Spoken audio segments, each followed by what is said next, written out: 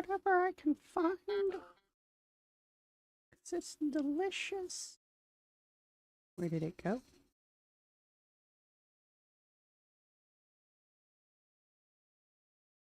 Well, that's not good.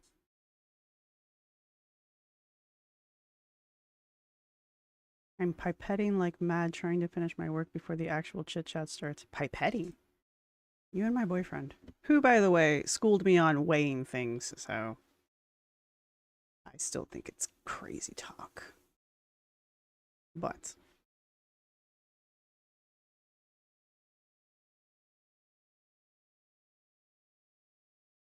Alright, I'm closing windows so that I don't get distracted. Because I could have done this beforehand, but... Again, crazy talk. Oh, we got a thunderstorm going on.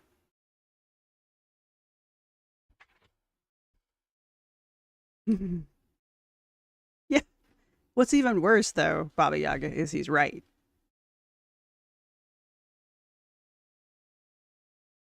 Hey, it's just Jamie. Okay, I had this pulled up. There it is. There you are. We're not ready for you yet. All right, let's do this.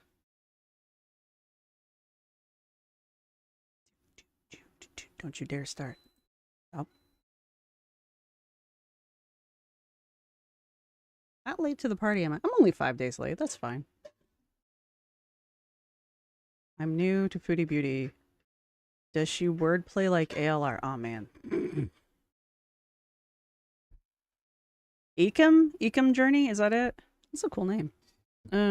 Yeah. I'm sorry. I'm so sorry.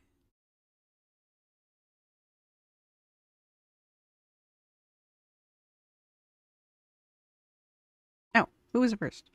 Baba Yaga's chicken was first. Then Rocky's Wooby. Mim? And me, of course. And Lee and Joanna. And just Jamie. And Ekim, who I'm hoping I'm saying right. Chick Ken. Oh, that's funny. Wow. You guys come up with some really cute names that I have to say out loud before I understand what they are. All right. What other scatterbrain stuff did I forget to do before we get started? Hey, Adam. Will you come open the door so I can hear the rain? Yeah. Hang on. Hang on. Oh, you're going around? Okay. Yeah. I was going to blank out the camera real fast. Yay. Nessa in the bookcase. Thank you. Also, I'm overheating, so. Don't know. Oh. Make me jumpy. Click jumpy. All right. What else do I need to do before we... So I can pop that back up again.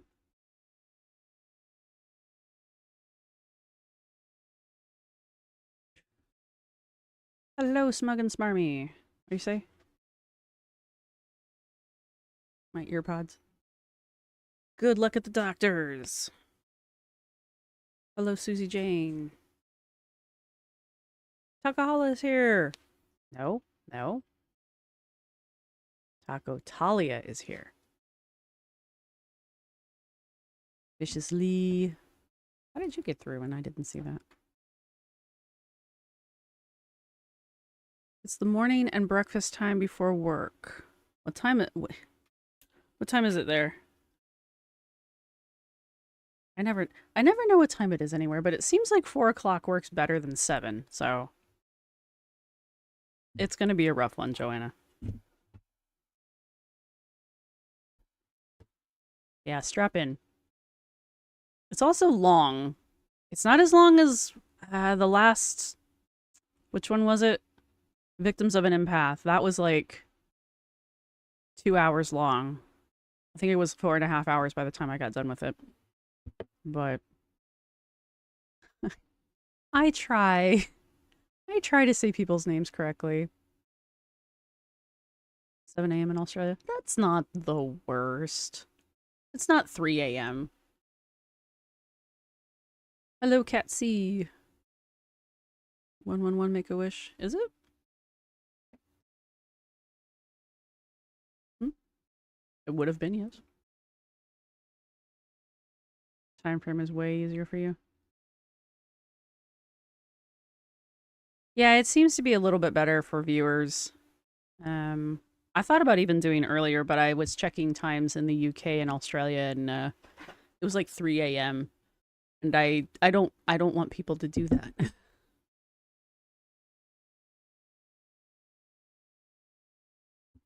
Missy Suspicious is here. Good evening.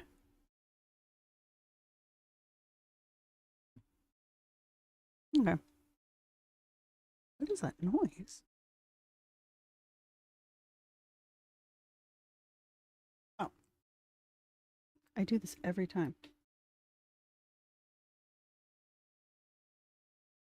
I have a humidifier that sits next to my desk, and when it starts to run out of water, it makes this weird, like, moaning noise. And every time I'm like, what is that noise? And it's the humidifier running out of water. I wish for fish. I wish for fish on my dish.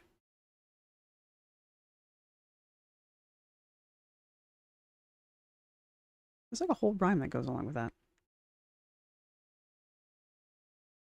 Oh, there was thunder. Apparently it's all gone now. Also, I might probably eat on camera because I haven't had anything since breakfast and dinner didn't get done fast enough. And that was my own fault, so. That was my own doing. Alright.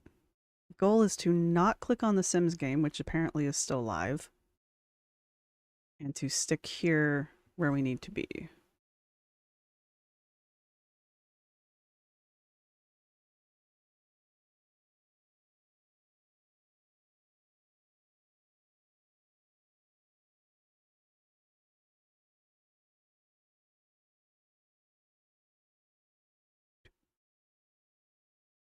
Is your name showing up green? I'm trying to sort out a problem with my memberships. No, Smug and Smarmy, you are gray.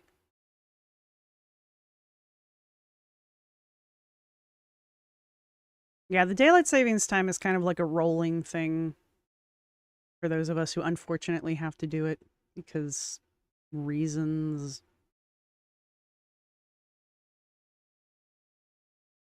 No, well, I think we would call it supper because it will be around 5 to answer the question that I just lost.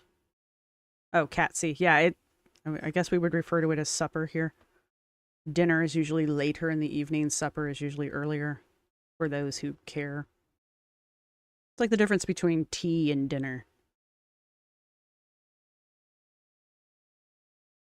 Yeah, I don't know why Smug and Smart, because I think you're on my membership list.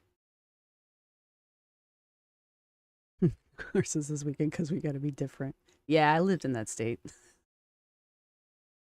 Indiana, when they decided to join the daylight savings crew, the whole argument is because Indiana would be off from Chicago, who was a big like thing for us, corporate and all that bullshit. And so they wanted to get on daylight savings time so that we would always be on the same time as Chicago time. So when we switched over to Chicago time, we did it in a way that we're constantly an hour off from Chicago. Because reasons. Golfers are to blame for the continued daylight savings. Sorry for making people hungry. I'm really going to make you hungry when I have food in front of me. I'm very sorry. I don't typically eat on camera, but I literally have not eaten since this morning around 9. So I need to eat something or I'm going to be a total space cadet by the end of this. Yeah, Lee, there's something weird about Sundays. My grandmothers, both of them, were like that. One was Southern, the other one was, well, she was German-Irish, but technically she was Irish. But they did that, so it's gotta be something to do with church. And maybe that's it.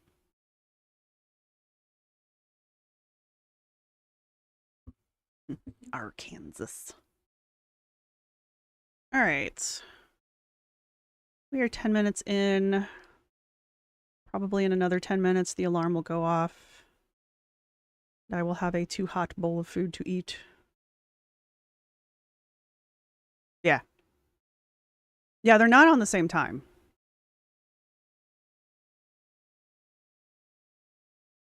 Yeah, I don't, I mean, it's Indiana, so no, they probably haven't fixed it, but I remember one time way back setting up a new computer that I had gotten, and I couldn't just put it on Eastern time. I had to find Eastern Indiana time because it was different.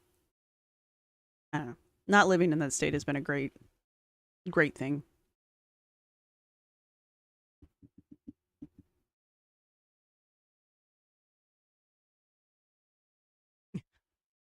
Supper. All right, everybody got your drinks. Everybody got your snacks. Pull up my notes. I do take notes on occasion. It has been known to happen. Come on. Again, things I could have done before we started. Excuse me. Nope. Here we go.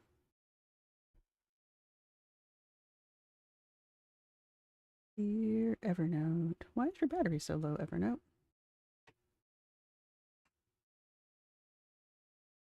Why is your battery low? You to 100% the other day. Do do do do. Hypothetically, it's in there, yeah.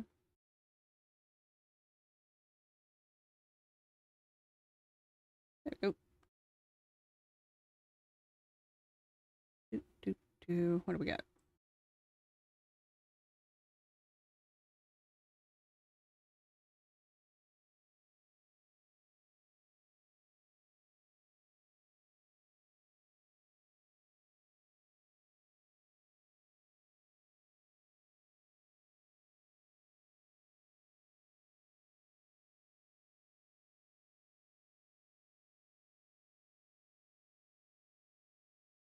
I don't understand some of the notes I took.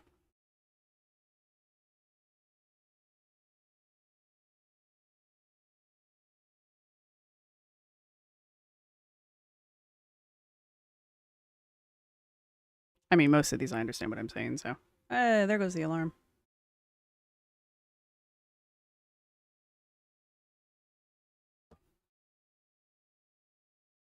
Pugs are present. The pugs are so cute. Yeah, it should be ready. Can I have a bowl? Yeah. Please feed me.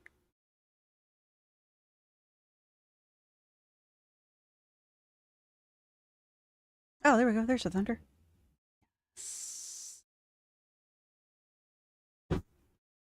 You know, the upside to having absolute crap weather for an entire week is we at least get a thunderstorm out of the deal.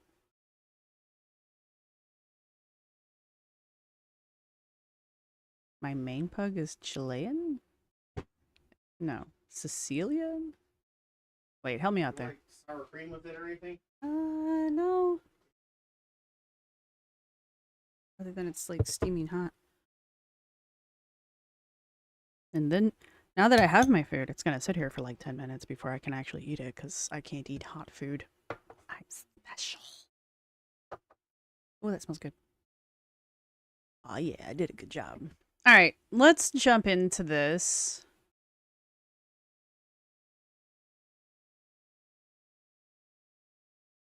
Oh, yeah, yeah, Chris in real life. It's PA's turn to have the S weather. That's awesome. Yeah, he did stick his hand out there. That's funny.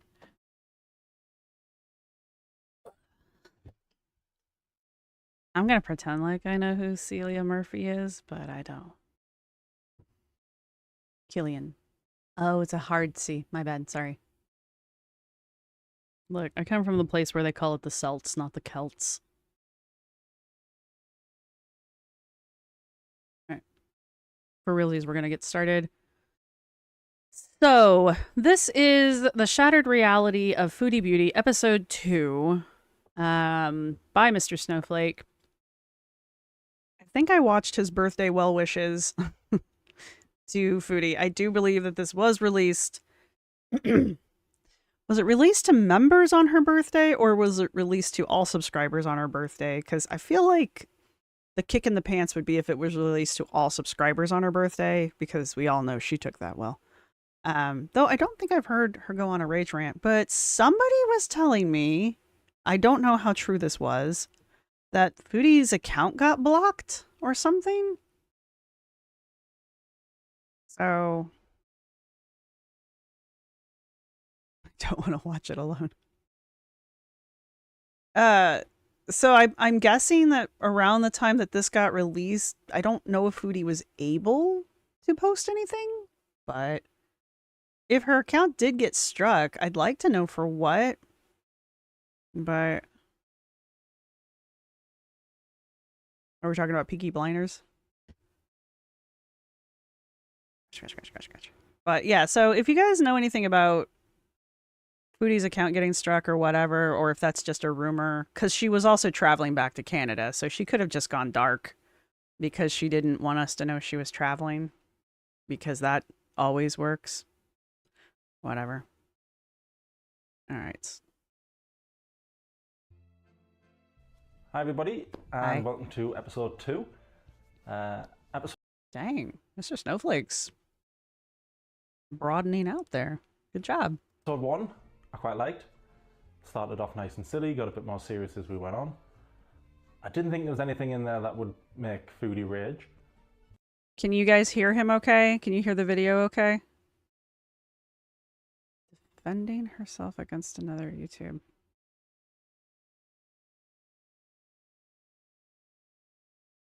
Oh, she did say it was a strike? Okay.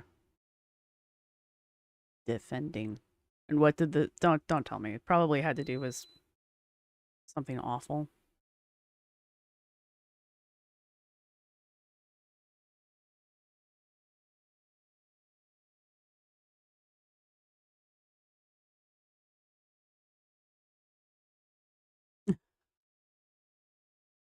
I was wrong.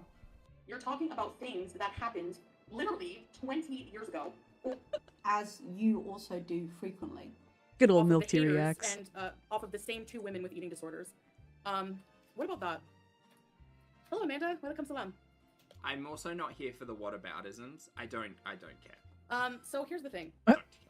Everyone is saying that Mr. Cardigan's fair. He does really good Oh, research. harsh. Oh. We'll get to that in a minute. Too many accents. But now I know who Pulpy is. Yeah, I'm gonna try not to chew too loudly, but I make no promises. Research. Mr. Cardigan. Oh, how will he recover? First of all, Mr. Cardigan. Mr. Cardigan. Ooh, I like that one. Did you like that? Mr. Cardigan is a much better name than Mr. Snowflake. I should have went with that, but Don't change your name it's a bit now. too late to change it now. Yay. Who would get to 100,000 subs and then change the name? Twice. That's a bit silly. All I did, I thought, was show people stuff she's already said and stuff she's already done. I didn't add anything new. I didn't create a computer-generated foodie. It was all her clips. So really, she should be angry at herself, not me. But if episode 1, which I thought was quite tame, if she didn't like episode 1, I think this episode might kill her. Which means this one's going to be even more brutal for the watching public.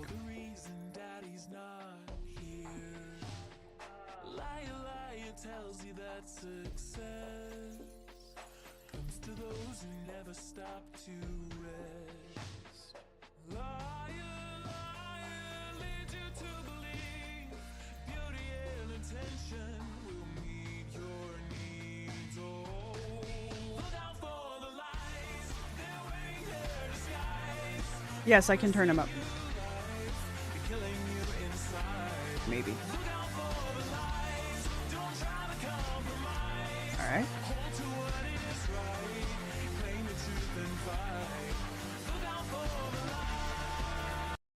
Let's back up to this. Well, actually, let's jump ahead a little bit. I can always back it up again, but And I hope that I can make some changes that are beneficial. is this to my better life as and far as health. sound?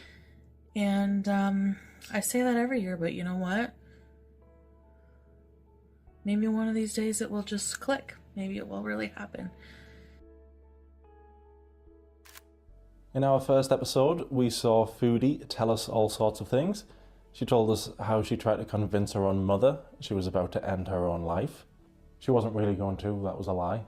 She told us how she was going to call Child Protective Services on a woman just because this woman dared speak out against her.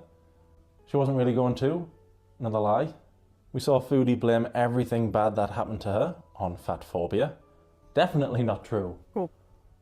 And we also saw Foodie extremely upset after being dumped by BB. But at least she had the support of her fans. And I know a lot of you have messaged me and reached out, and I thank you so much. I really appreciate it. I have not replied to any yet. Not everybody was supporting Foodie, of course. She'd done enough things by now to turn a lot of her audience against her. Some of Foodie's audience disliked her so much that they would say things just to get her to react. And BB, I know I shouldn't entertain this stupidity, because it really is just so stupid and juvenile. She's so super reactive. Like, you can be a absolute nobody and just randomly put a comment into her comments while she's live streaming, and it will set her off. And it's just... it's stunning how easy it is to goad her. But did he get his green card? One, we're in Canada, so there's no green card. Number two, he has his residency. He doesn't need me. We're not married. So no, we would have to be married for him to get anything. So maybe educate yourself.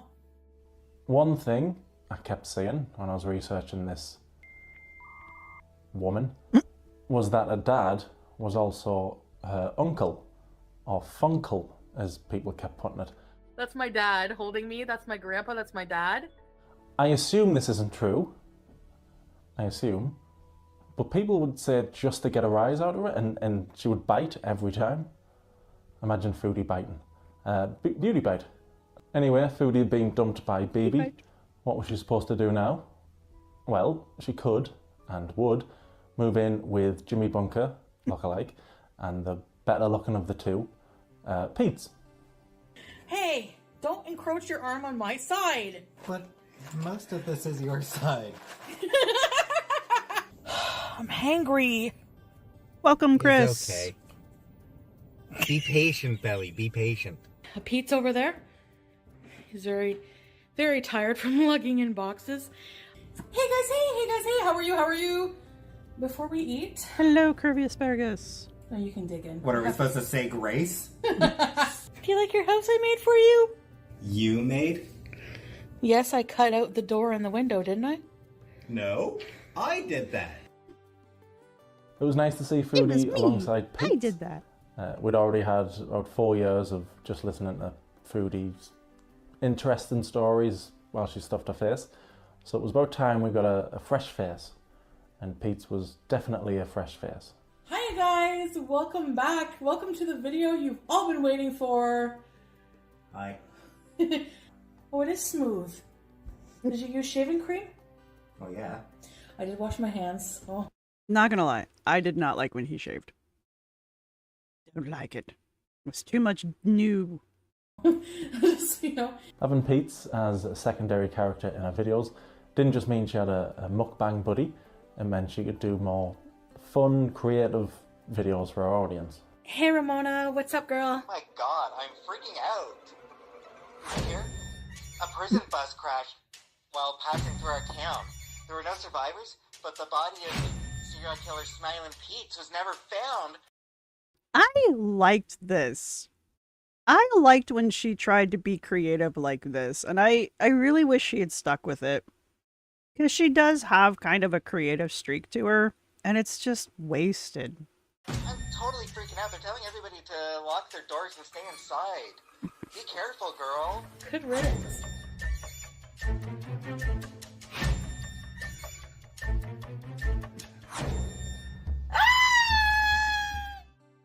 I love anything creative, so even though I wasn't a fan of Foodie at this stage, I still loved seeing the creative little short films rather than just seeing a stuff her face.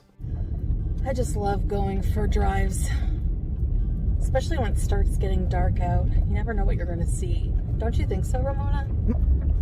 I still think this is a bad idea, girl. What if the car breaks down and we get eaten by like a pack of wolves or something? Ramona? Ramona? Ramona? Oh my god! Oh my god!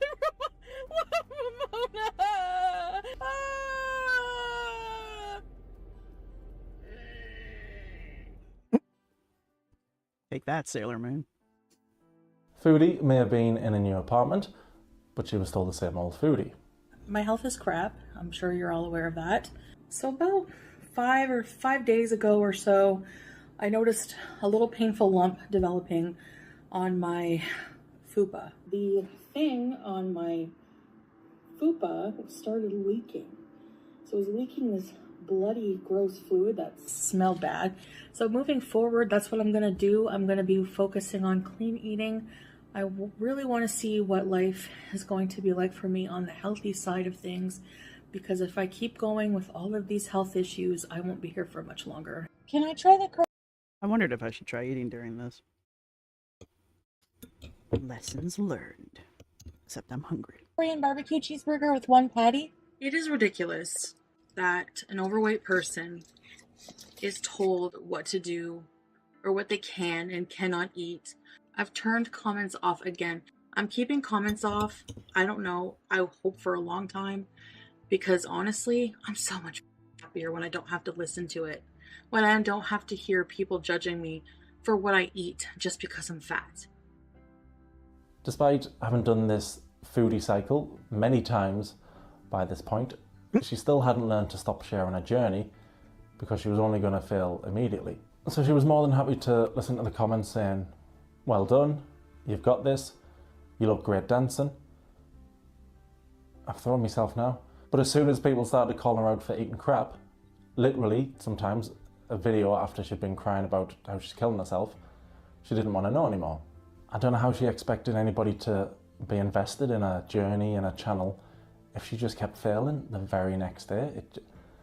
And she would speak to them with this horrible, rude tone. So I'm not saying failing journeys make her a bad person, I'm not. But I think it does make her a bad YouTuber. I'm not a very good YouTuber. And this Chantal cycle, it's That was her basically the making same fun as of the milk Amber too. cycle. I missed They're something. so similar. I missed something up here. Okay, that's what it was. I said hi to Chris. Get back. Nope. They could be sisters.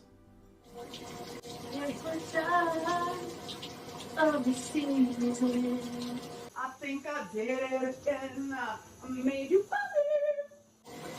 Hi. That's not how that song goes. Hello? Foodie and Pete's got along very, very well. That was clear for everybody to see. What was also very clear was that the pair of them, at times, lived like pigs. Huh, I thought they'd be downstairs. They usually are. When Chantel's not here, they're usually both downstairs. But yeah, here they are. I hate the state of the animals. The animals always get me. Sam!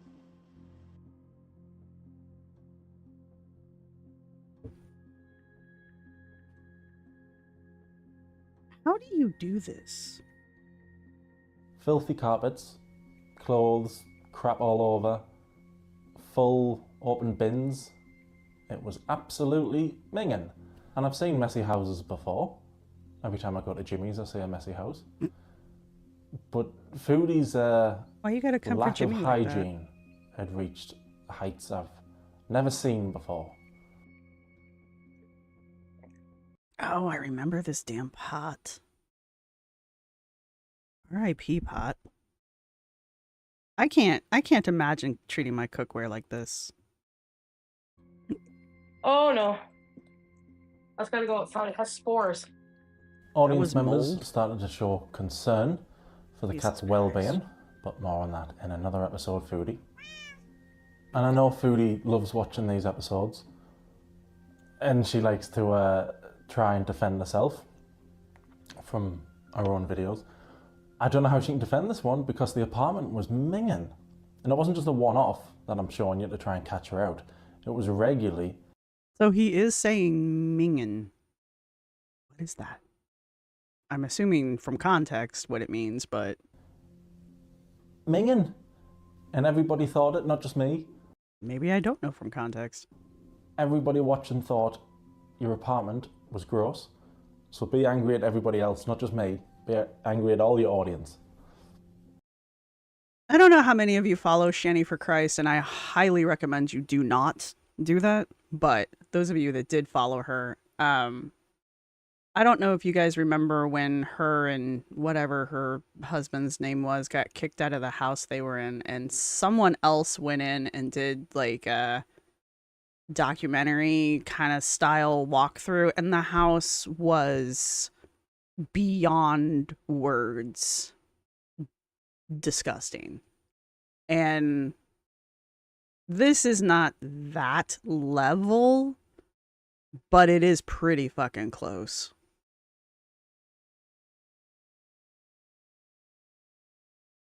Is Mingin a Britishism? Ew. It just means filthy. Okay. Filthy. Sorry to throw you all under the bus, but if I'm going down, you're all coming with me. Cordy Shore will get my slang up to date. Foodie doesn't like being called out for her behaviour. She doesn't like me. She likes my cardigans. She doesn't like me. She likes Jimmy for some reason. Hello. She likes Jimmy YouTube lover, Orange Pulp, Jimmy Bunker. Maybe it's because he reminds her of Pete's. I don't know. Maybe it's because she doesn't know that he's connected to Mr. Cardigan in any way. Because she doesn't pay enough attention. But one channel around this time that Foodie started having issues with, big issues with, was Charlie Gold. Yeah, this was ugly. Our goal, Foodie likes to give nicknames to people she doesn't like. Pulpy syntax became puppy syntax. Michael B. Petty, Michael B. Sweaty, Mr. Snowflake, Mr. Cardigan. It's alright. Run, Jimmy. For some reason, Foodie decided to call Charlie Gold Charlie Cole. She called her it in her videos and her community posts, and it wasn't the best nickname she could have called Charlie, and I'll let Charlie explain this one. Charlie Cole, I dare you, because really, I have... About the Charlie Cole thing, a simple Google search will show you the racial undertones that are connected to that, with people of color, black people, and the term Cole. She was warned about this prior to this live stream. She was warned about it because she mentioned it in her live stream when she was ordering food with Pete's, that now people are calling her a racist. According to Foodie though, she wasn't being racist, of course not. She had I know Foodie's from Canada, and I know things are kind of different historically in Canada, but I'm sorry, there's no way in F and hell she didn't understand the racial undertones of calling someone of color Cole. You would have had to have been raised under a rock to not know that. Like, just simple context would tell you not to do that. So I don't for a minute believe she didn't know what she was doing. perfectly legitimate reason what do you want for from calling me? Charlie Gold Charlie Cole. She calls herself Gold. Gold is like the opposite. It's non-valuable. Cole, I mean, I think you mean lead, but is lesser than gold. That's why she called her that. People told Foodie, don't call her that. Racist connotations, really offensive, don't do that. So of course, Foodie apologised straight away. No, of course she didn't. Now this live stream that I'm going to show you clips of. oh, thank you, Taco Talia. That's awesome. Hello, everyone. Welcome to the Green Club. proved to me that not only is Foodie not as That's intelligent awesome. as she thinks, but it proved that she's on the same intelligence level as Amberlynn Reed. As far as the name calling thing, because, you know, Alice is like, she could have just called her anything else. She could have just not name called. Like, it's so juvenile. And I know I'm talking about Foodie, but it's just, there is so much potential to walk into a landmine doing that in the first place. Why would you risk it? And it's so, it just kind of makes you look bad. I know she thinks that by making up nicknames for other people that she was somehow shading the other people, but the reality is it makes her look juvenile and it makes her look bad because you just don't do that. Even if the people are coming at you hard and heavy and you don't like them, going into the realm of name calling and ad hominem attacks really just makes you look bad, which is why you really shouldn't do it in the first place. Again, I realize I am speaking about Foodie Beauty. Yeah, she doesn't think anything through. Thank you again, Taco Talia. That was really amazing. Have a good day at work. People have asked me plenty of times, who do I think is the stupider of the two? Amberlynn Reed or Foodie Beauty. And I always think of it like, bear with us, Joaquin Phoenix's Joker and Heath Ledger's Joker. Both excellent, both perfect, both different in their own ways. No one's version is better. Both perfect, just different. And it's the same with Amber and Foodie. Who's the most stupid? Neither. They're both stupid in their own separate ways, but both equally stupid. It's a good analogy, isn't it? Foodie, an analogy means, long story short. I get what he's saying, though. They are equal on their own levels. Like, that's my problem with them. Like, they're both equally horrible. When Foodie was going through her whole Natter arc, I couldn't handle that whole thing. I actually was thinking about reacting to her now that she's doing the revert stuff and she's back in Canada now. So I thought about dipping my toe into reacting to her now because she seems to have toned that down. But she's back in Canada now, so I don't know where that's going to end up. But I don't know. I guess I could give it a shot until she starts doing really problematic stuff again and then be like, yeah, tap out. I'm good. Somebody sends Foodie an email pretending that it's Charlie Gold sending it. Obviously it's not. I've watched everything I can about this time. I know it's not her. Everybody knew it wasn't Charlie. Even Foodie knew it wasn't Charlie. But it could be somebody else, like a fan or somebody just trying to like perpetuate more of the drama. Anyway, I don't think it's her because there was a quote by Sun Tzu in it. Probably too intelligent for her. All right, first off, I'm surprised you knew it was a quote from Sun Tzu. That struck me as a bit too too educated for you. Not trying to be a dick, but I mean, you're saying the same thing about Charlie. It wouldn't surprise me that Charlie actually knows Sun Tzu. Foodie? Okay. Probably just like, yeah, some loser. Whoever sent this email is going down.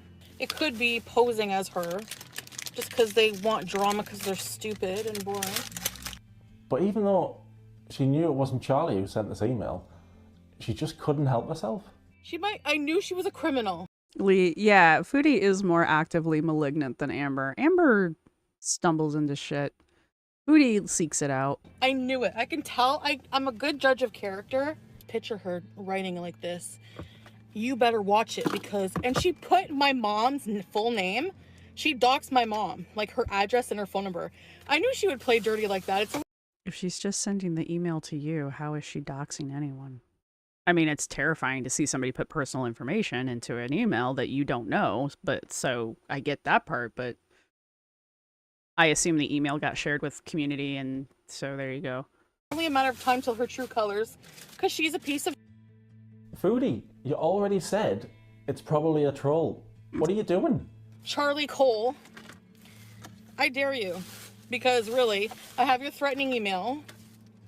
And do what you gotta do, man. Like, what are you gonna do? She puts on this, like, what are you gonna do, brother? She puts on her freaking eyeshadow and her lip gloss. Tries to look in her friggin' wig all crooked. Let's talk about this microaggression. I have never worn a wig or extensions on my channel. Never once said I wear wigs. Even if you do, who cares? Is it hard for you to believe that people who look like me can grow their hair out long? I know a criminal when I see one. You're such a dumb bitch, Charlie. You can talk about me. I should do a compare. The more I listen to the 48 Laws, the more I'm like, yeah, I need to do more comparison, especially of the major girls through this. I thought about doing it with Anna, but Anna's so soft compared to these to Foodie and Amber. Like, Anna's not evil. I guess is where I'm going with that. I mean, yeah, she does use some of those manipulation tactics, and it is more intentional than the girls, but the reason for that is because Anna's selling a brand. Like, Anna's not trying to share her life. Anna's trying to sell a brand, and that's understandable to me. These two are trying to sell reality, and they are, in some situations, unknowingly doing certain manipulative tactics that I think they've always done throughout their lives. So it's just kind of like ingrained into them. And they do consciously do some things too. So, but I have thought about doing some more like focused videos where we just talk about comparing them to this. So, misanthropic light worker. The speech inflection she does when she thinks she's superior drives me insane. Both the girls do that, though. Maybe I do it too. I don't know. In your video, she's like, that just makes me want to do more reactions, right? Well, get ready for more strikes. She's dumb. You've already said multiple times it's not her. What's happening? You're an idiot. And you're going down. Stop playing the race card. Foodie also either has a terrible memory or she's just a big fat liar. Why not both?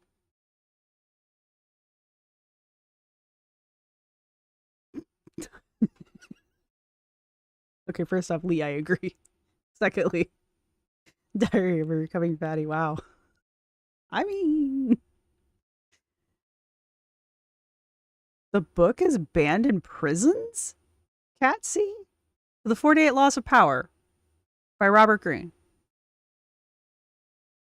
I know that because I accidentally sent that to my sister when she was in. It got through and she suddenly wanted me to send more. Well, I mean, yeah, it's a good book. I haven't read the rest of his yet because this is my first one, but it does come off as a little sad though, especially because I'm going through the section of, I just finished up Friends, which I think was like Law number 2 or something like that. And now we're talking about lovers, and it's just, I don't necessarily agree with everything Robert Greene says in his book, but because it's just so bleak. Like, it's so bleak, some of it. So, wow, really? They banned it in prisons. Why? Okay. I have a joke there, but I'm not going to say it because it's inappropriate in so many ways. But why would you ban a book like that? There's nothing in it. Or maybe there is. I guess I'm not that far into it, I guess. The slander comes in with saying I threatened her family. If you go back and listen to that video, that's not what happened at all. I'm sure I could find your parents. Dox my mom and see what happens. I just wonder what her definition of threat is then? I bet you I could find your family online too. There's people who don't like you. I'm sure they'll give me information. So now she's threatening my family I'm over sure an of it. email I didn't send. She knows Charlie didn't send the email, but she just can't help herself. And even though Foodie went crazy and called Charlie all these names and was awful, it turns out Foodie was the victim in all this. Yes, I sound annoyed because I am. I'm annoyed with this whole all this drama. Now at first, Foodie wouldn't apologise. I'm not gonna do some teary-eyed apology like a lot of these big other YouTubers. I'm just not. Because I'm not gonna apologize for something I don't think I did. Oops, sorry. Then Pete's gave her a talking to and got her to see the light. Basically, the comments were saying, like, as a white person, I don't have a right to decide what is racially offensive to somebody of color. Yeah, to listen to people of color, in this case, to listen to black people, when they say that something is offensive. So I don't want to explain my behavior or excuse it, so I just wanted to give a sincere apology to Charlie for saying those things, and to anybody whom I may have offended, anybody of color. It wasn't my intention. Particularly any black people. Yeah, it wasn't my intention, but that doesn't matter. I'm not letting this go. That's the thing about Pete. When he latches onto something, he doesn't let it go. In this case, because I offended people. Mm-hmm. And I just want to own my actions and learn from them.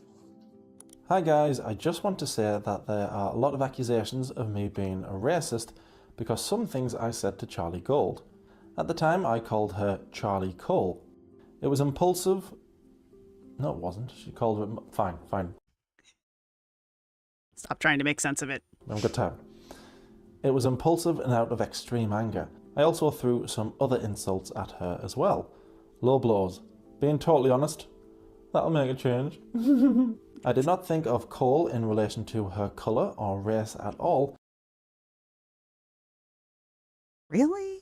Because when I heard her do it the first time, I was like, ooh, all right. I don't believe that.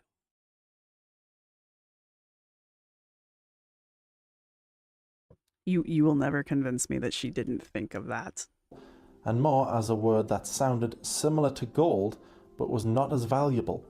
I am apologising, however, because on further thought, I can understand how black individuals may be offended by this, and for that I truly apologise. That Kay Buns does make a point about the fried chicken. That is a very American and also very Southern thing, so that one I can see not making it across the border. The rest of it, was not my intention at all.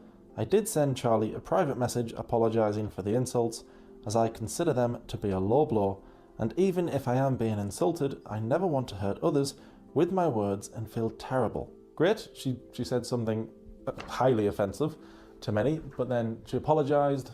Perfect. All done with.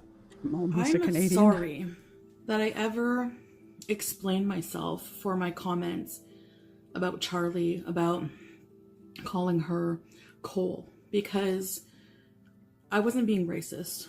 And I firmly believe that, and I should have stood by that. I'm sorry that I ever... You should have stood by that you didn't think it was racist? Or you should have stood by you're sorry for saying something that was very racist? Apologize for that. Not only was she now not sorry for calling Charlie Gold Charlie Cole, but then she went back to using the word Cole.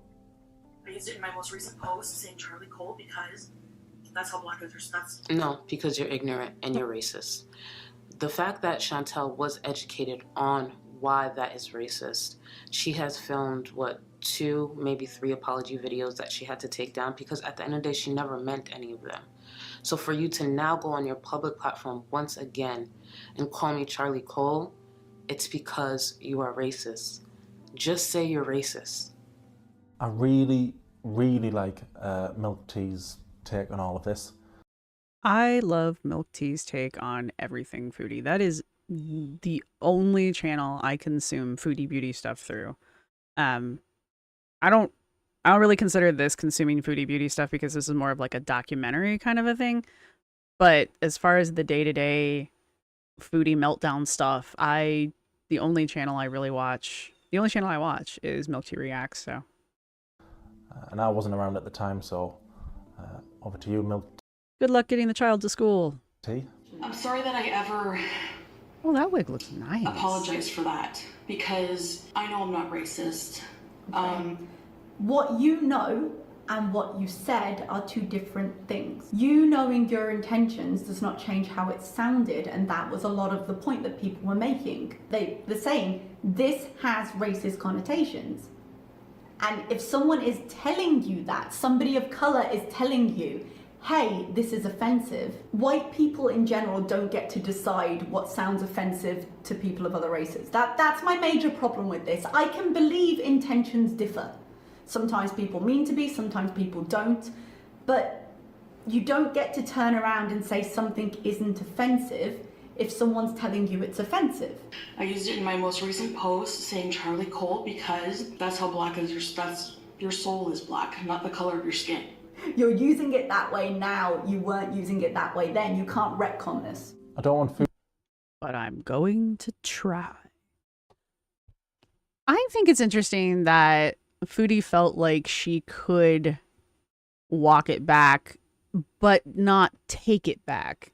You guys catch my drift there? The difference there is she had no intention of not meaning it. She just didn't want people to be angry at her anymore and continue to ask her about it. So, oh man, this is going to bring this all up again. She's going to be furious. True. Bringing it up again. Foodie to get confused. I watched the live stream before I watched Milk Tea's take on it, or Michael B. Sweaty, or Puppy Syntax. I watched the live before I watched any reactor, and I thought that you were in the wrong, all by myself, with a touch of racism. I know it's a serious subject, obviously, but she's so... I'm trying to think of a word that isn't... I'm trying to just not call her stupid every time. She's so not smart a lot of the times that it's comical. I'm telling you. I exercise when I have to. Stop playing the victim. So what she's doing there is she's saying to Charlie, I can exercise when I want, meaning I can fight when I want. I'm trying to decide which one I would put my money on. Because I'm also, fair warning, I'm not a Charlie Gold fan. So I don't have anything personally against Charlie Gold. I just don't like their content. But I don't know. If it really came down to like 2 men enter, 1 man leaves, I don't know which man would leave, honestly. I can exercise when I want. Foodie, we've seen you exercise.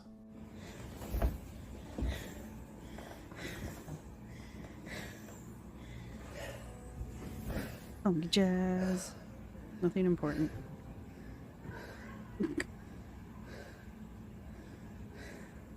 She walked up and down the stairs 1 time and almost died. I feel like she's playing that one up specifically because she smiles there at the end. I'm not saying she's in, perfect shape. I think she was hamming that one up, though. Foodie, you can't act tough when you can't even walk up and down the stairs once without almost dying. Bye, Molly. Hi, Molly. Wait, should have done that in reverse. Sorry, my bad. Charlie grew up going in and out of New York. See, my only thing is like, Foodie would fight so dirty. Like, underhandedly dirty. That's the only reason why I'm like, I don't know which one would pull out of that one. Yeah, exactly, Lee. Chantel would fight dirty. I'm not saying Charlie wouldn't.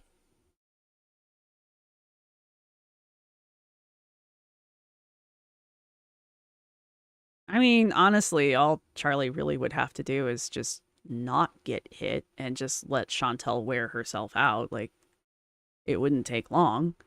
So, I mean, that would be my strategy in that situation. On a serious note, it's very difficult to disagree with anything Charlie Gold said there. It's because you are racist. Just say you're racist. Foodie knew it was a racist term that she was using, and she chose to keep using it. People are going to think that you're racist if you keep using a racist term. I don't think that's hard to understand, is it? Is it? I got it, and maybe all this backlash would affect a weaker person, but not Foodie. If you want to think I'm racist, I don't give a f.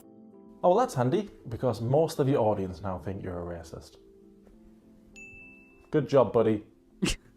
I mean, the thing is though, I don't. Foodie doesn't think she is racist, therefore there is nothing anyone can say or point out that's going to convince her that she is or that her behavior was racist. I mean, there's a difference, but I don't think there's any person on this planet who could convince Foodie that what she did was truly actually egregious. And it definitely can't be Charlie because she doesn't like Charlie, so it doesn't matter what Charlie has to say. Anything Charlie says is already tainted, so she has no interest in that, And she could have 100 different, and she probably did, have 100 different people in her comments section explaining and pointing it out to her, and she's still not going to admit that what she did was wrong. Because in her mind, and in forever and ever, it's not. So Foodie was obsessed with reaction channels. She needed something to do. Or should that be someone to do? So I'm kind of thinking of getting a hotel room somewhere and one night with some company.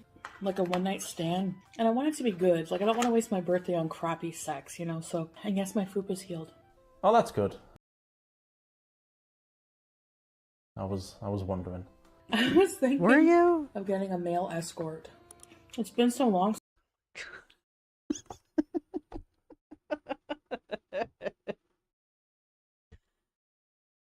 It's the suspenders.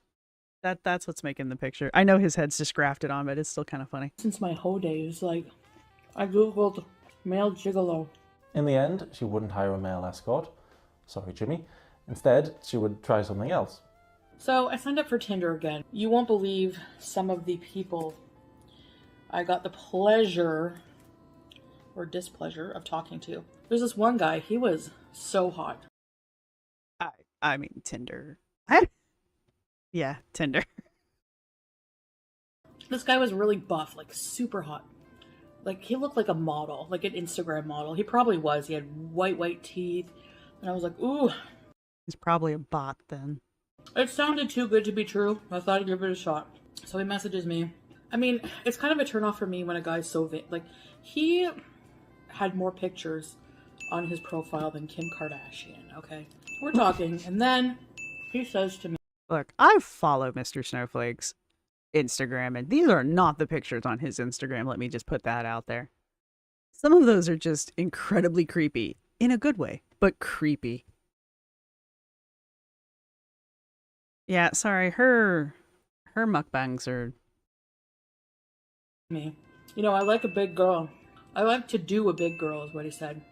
It makes me feel so strong being able to lift a big girl off the ground. Basically, you're using me as an exercise tool to feel better about yourself. You want a one-night stand? What do you care? Boost your ego. Yeah, sorry about that, Foodie.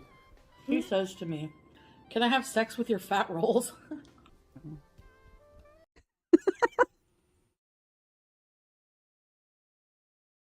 I like that he's leaning into it. That's awesome.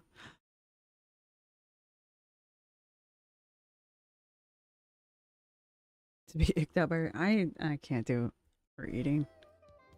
Actually, I think I've still got an old screenshot of a Tinder profile.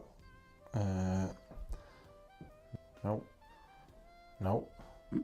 No. No. Woo. No. No. Ah, there we go. Foodie Beauty, age 37. Hobbies include walk. Looking for short-term, but long-term okay.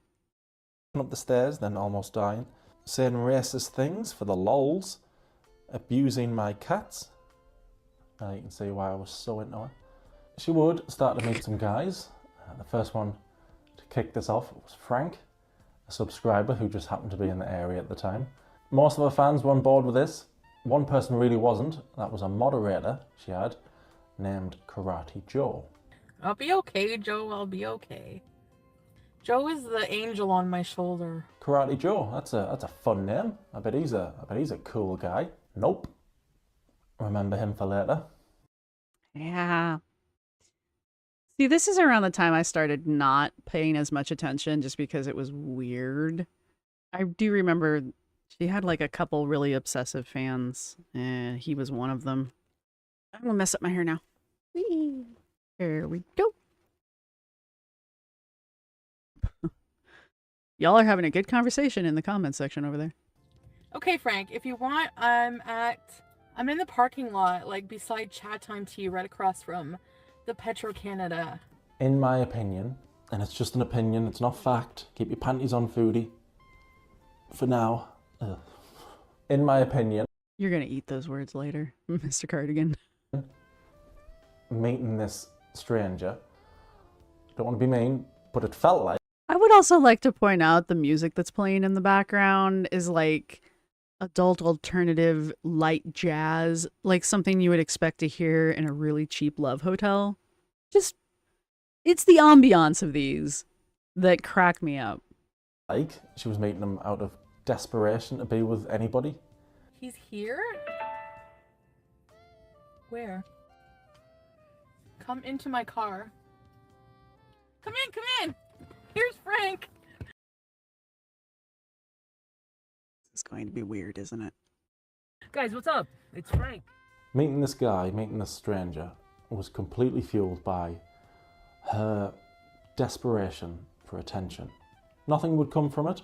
The next guy showed much more promise to be a main character in the soap opera, this weird soap opera that was Foodie's life. A guy called Nick, who she met online, went on one of these dating apps, and she seemed very, very interested in Nick. Was Nick the motorcycle guy? All I really remember is the motorcycle guy. Perhaps a little too interested.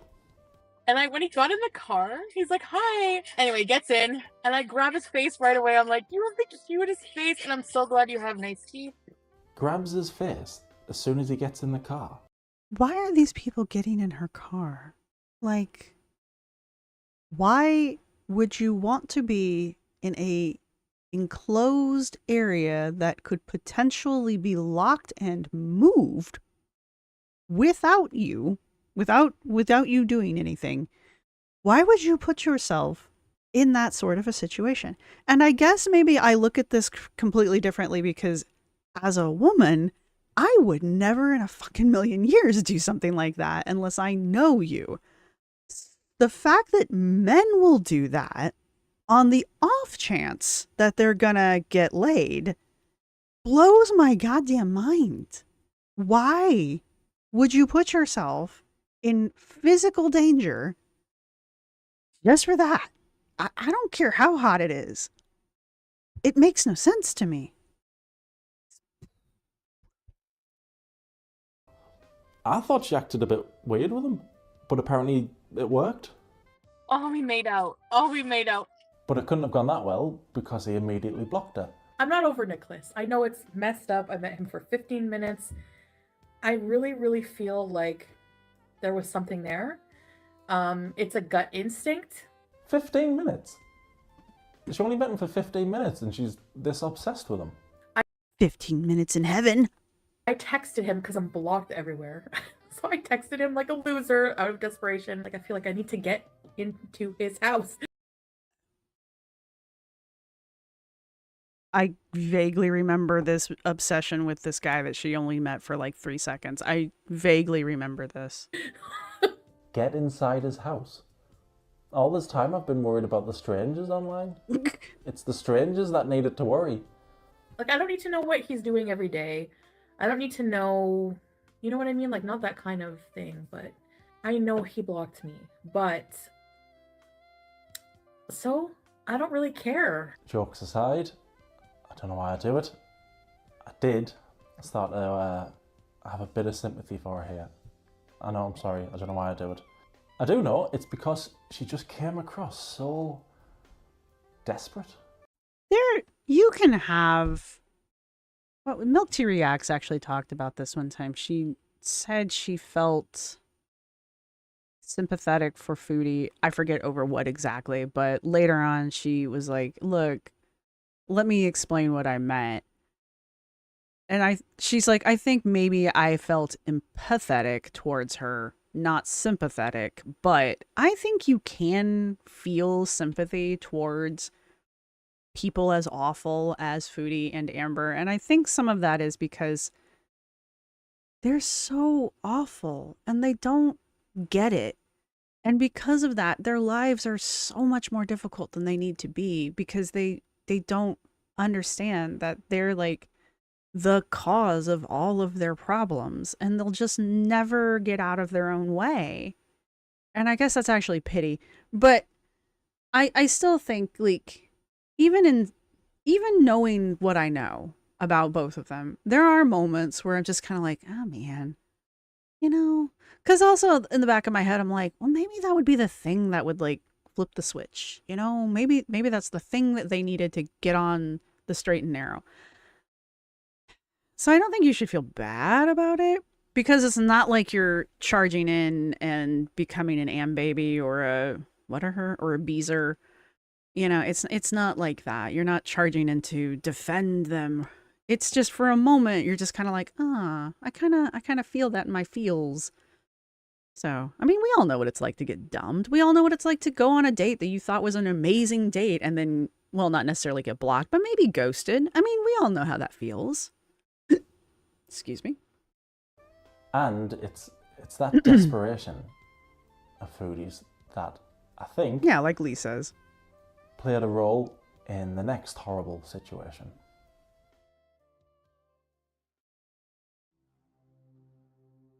The pauses are too long.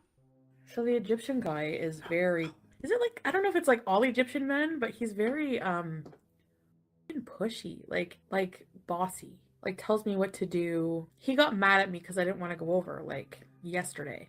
He's looking for a relationship. He's like, you're gonna come here and you're not gonna want to leave for like.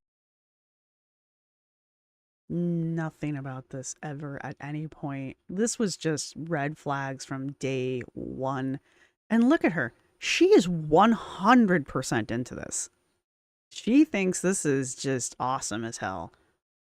I don't get it. And I even know people who like this style, this, you know, that realm of adult play. Let me put it that way. I still think that this would have been a red flag even to them, you know?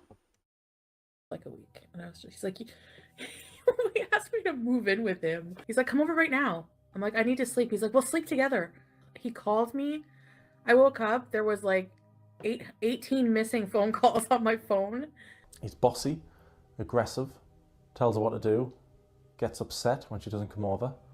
18 missed calls. Obviously, I'm not the biggest Foodie fan out there, but I didn't take any pleasure in hearing how she was talking about this guy. That she went over, that like mind blown. How he was treating her.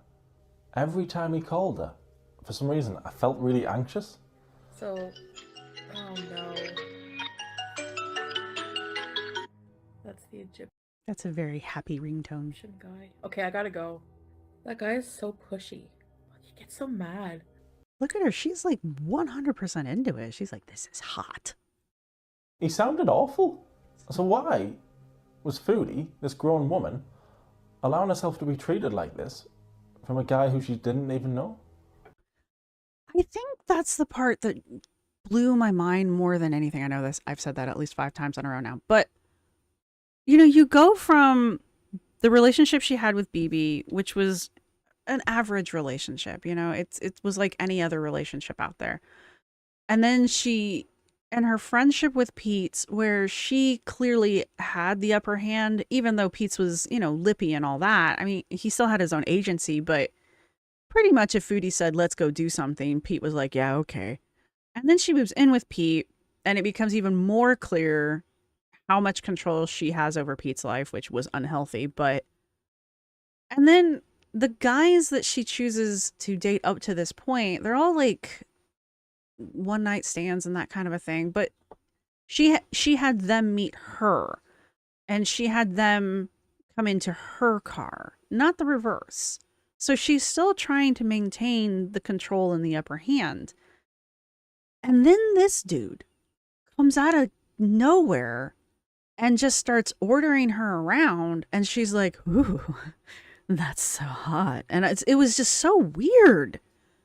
And then everything else went downhill from there. But it's just like, and this is why when Sala came around, everybody was like, is this just Natter 0.20? Or, yeah. And that, I don't think it is. Sala's got his own issues. But it was just kind of weird. It was just a weird relationship. And it was just a weird surrendering of power and agency for Foodie. And I'm going to be right back. It's cold now. I'm going to go to close the door.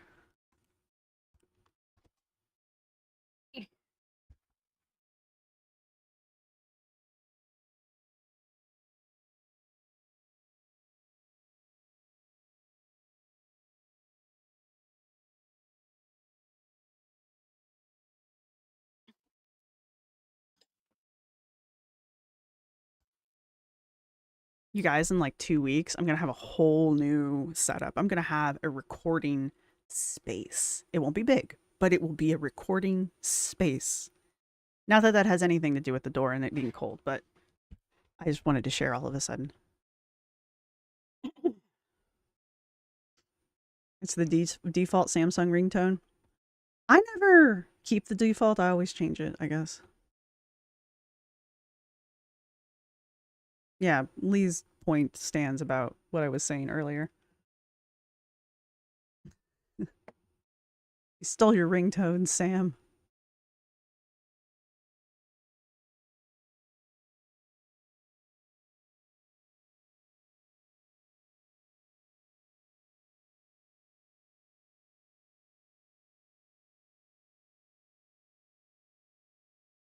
You think Chantel likes being treated like poop? I don't know why she wouldn't have known about Sala's kinks. Like, I feel like that's something that comes up, especially if he's like remotely attracted to her. I have no idea. I don't want to know. Those are weird signs. I know it's already so toxic. But like a part of me can't help it because he's so into me. Like it's flattering. Wow, he's so angry and weird right from the get-go. Why would I hang out with him? I think another part of this whole saga stems from you can't tell Foodie not to do something. And I think part of this was her audience really didn't want her messing with Natter because apparently the rest of them can pick up on red flags. And I think the more they were like, don't do it, don't do it.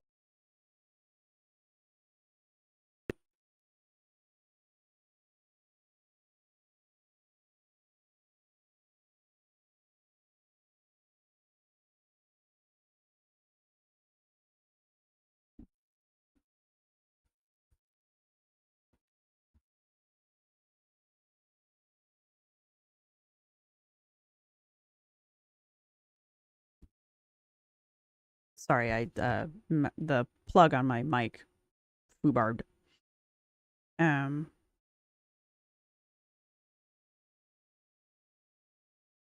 you know about the first time this year Chantel was in Canada? Yeah, I know about the solid thing. I follow Milk Tea Reacts, so. Yeah, some people don't. My mom never changes her ringtone. I like to personalize mine. It reproduces childhood feelings of being told you were loved, but then treated badly.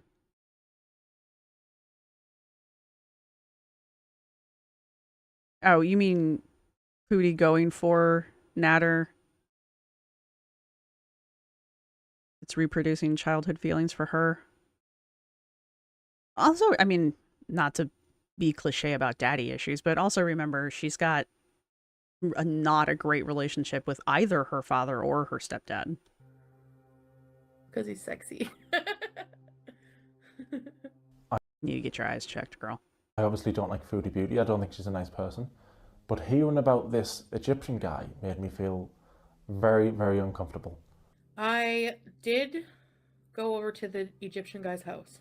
So this guy is Crazy. The fact that Pete is sitting right there and she does this shit with him sitting right there.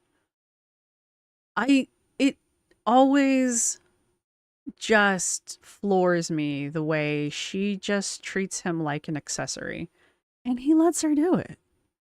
You know? Like, excuse me. I ended up tiptoeing out of there when he fell asleep. He wanted me to stay. Like, he gets mad easy. Like, I know there's going to be red flags, but he gets so mad. Like, how come you took so long to get here?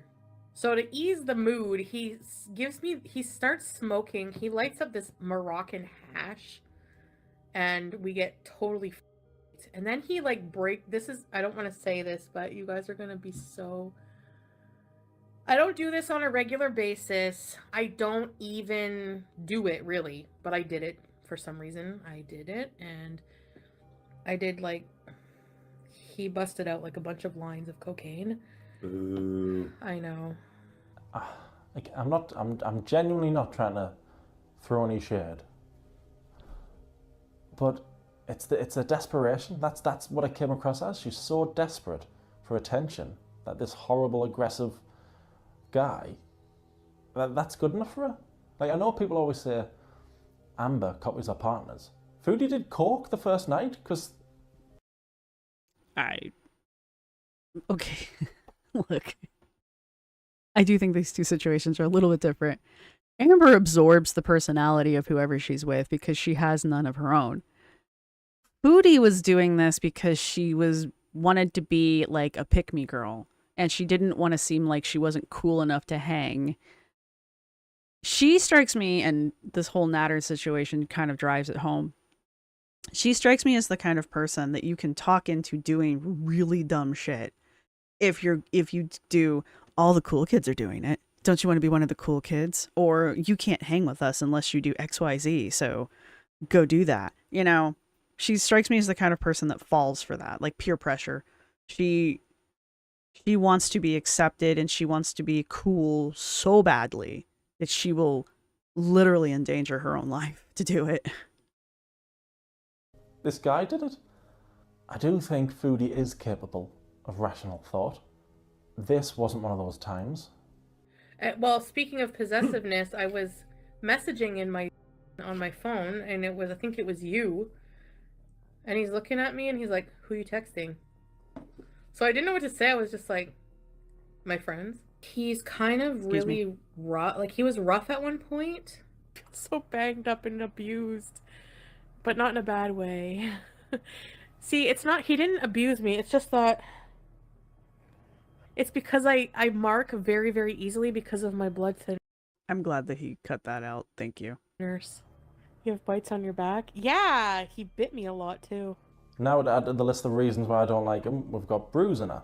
And I wasn't the only one who wasn't a fan of this chap. Look, Foodie is in a realm that is really hard to negotiate through with adult play because it's a very nuanced world. Foodie did it wrong. This is all I can say.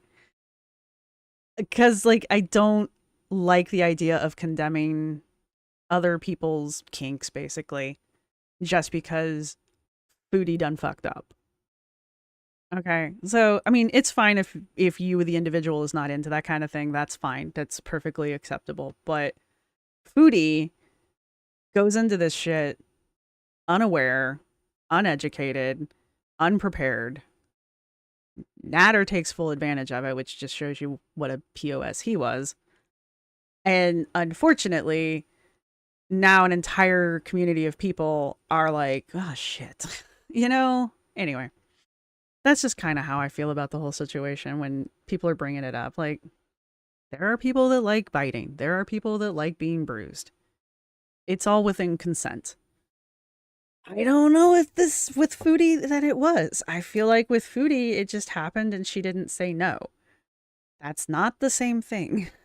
Might I recommend avoiding him forever just because he seems clingy in an annoying kind of way. Yeah, I know, but you just have to stink out after, that's all.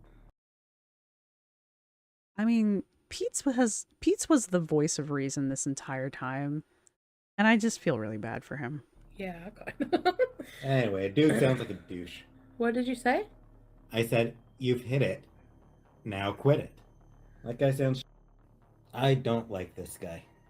He was known as the Egyptian man, but soon a more appropriate name would start being used.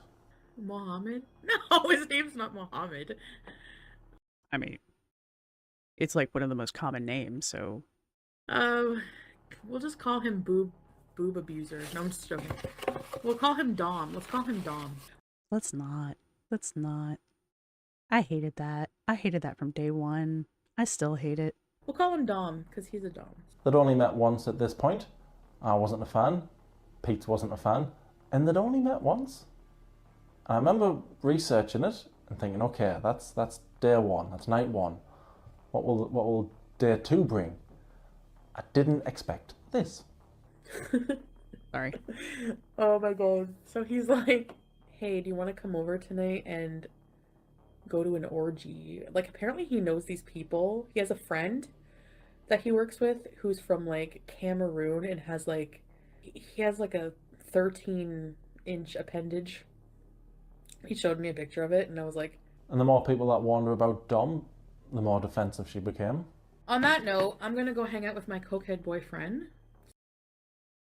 Here's the thing, like, she's just so into it. Like, she giggles, she blushes, she's into it.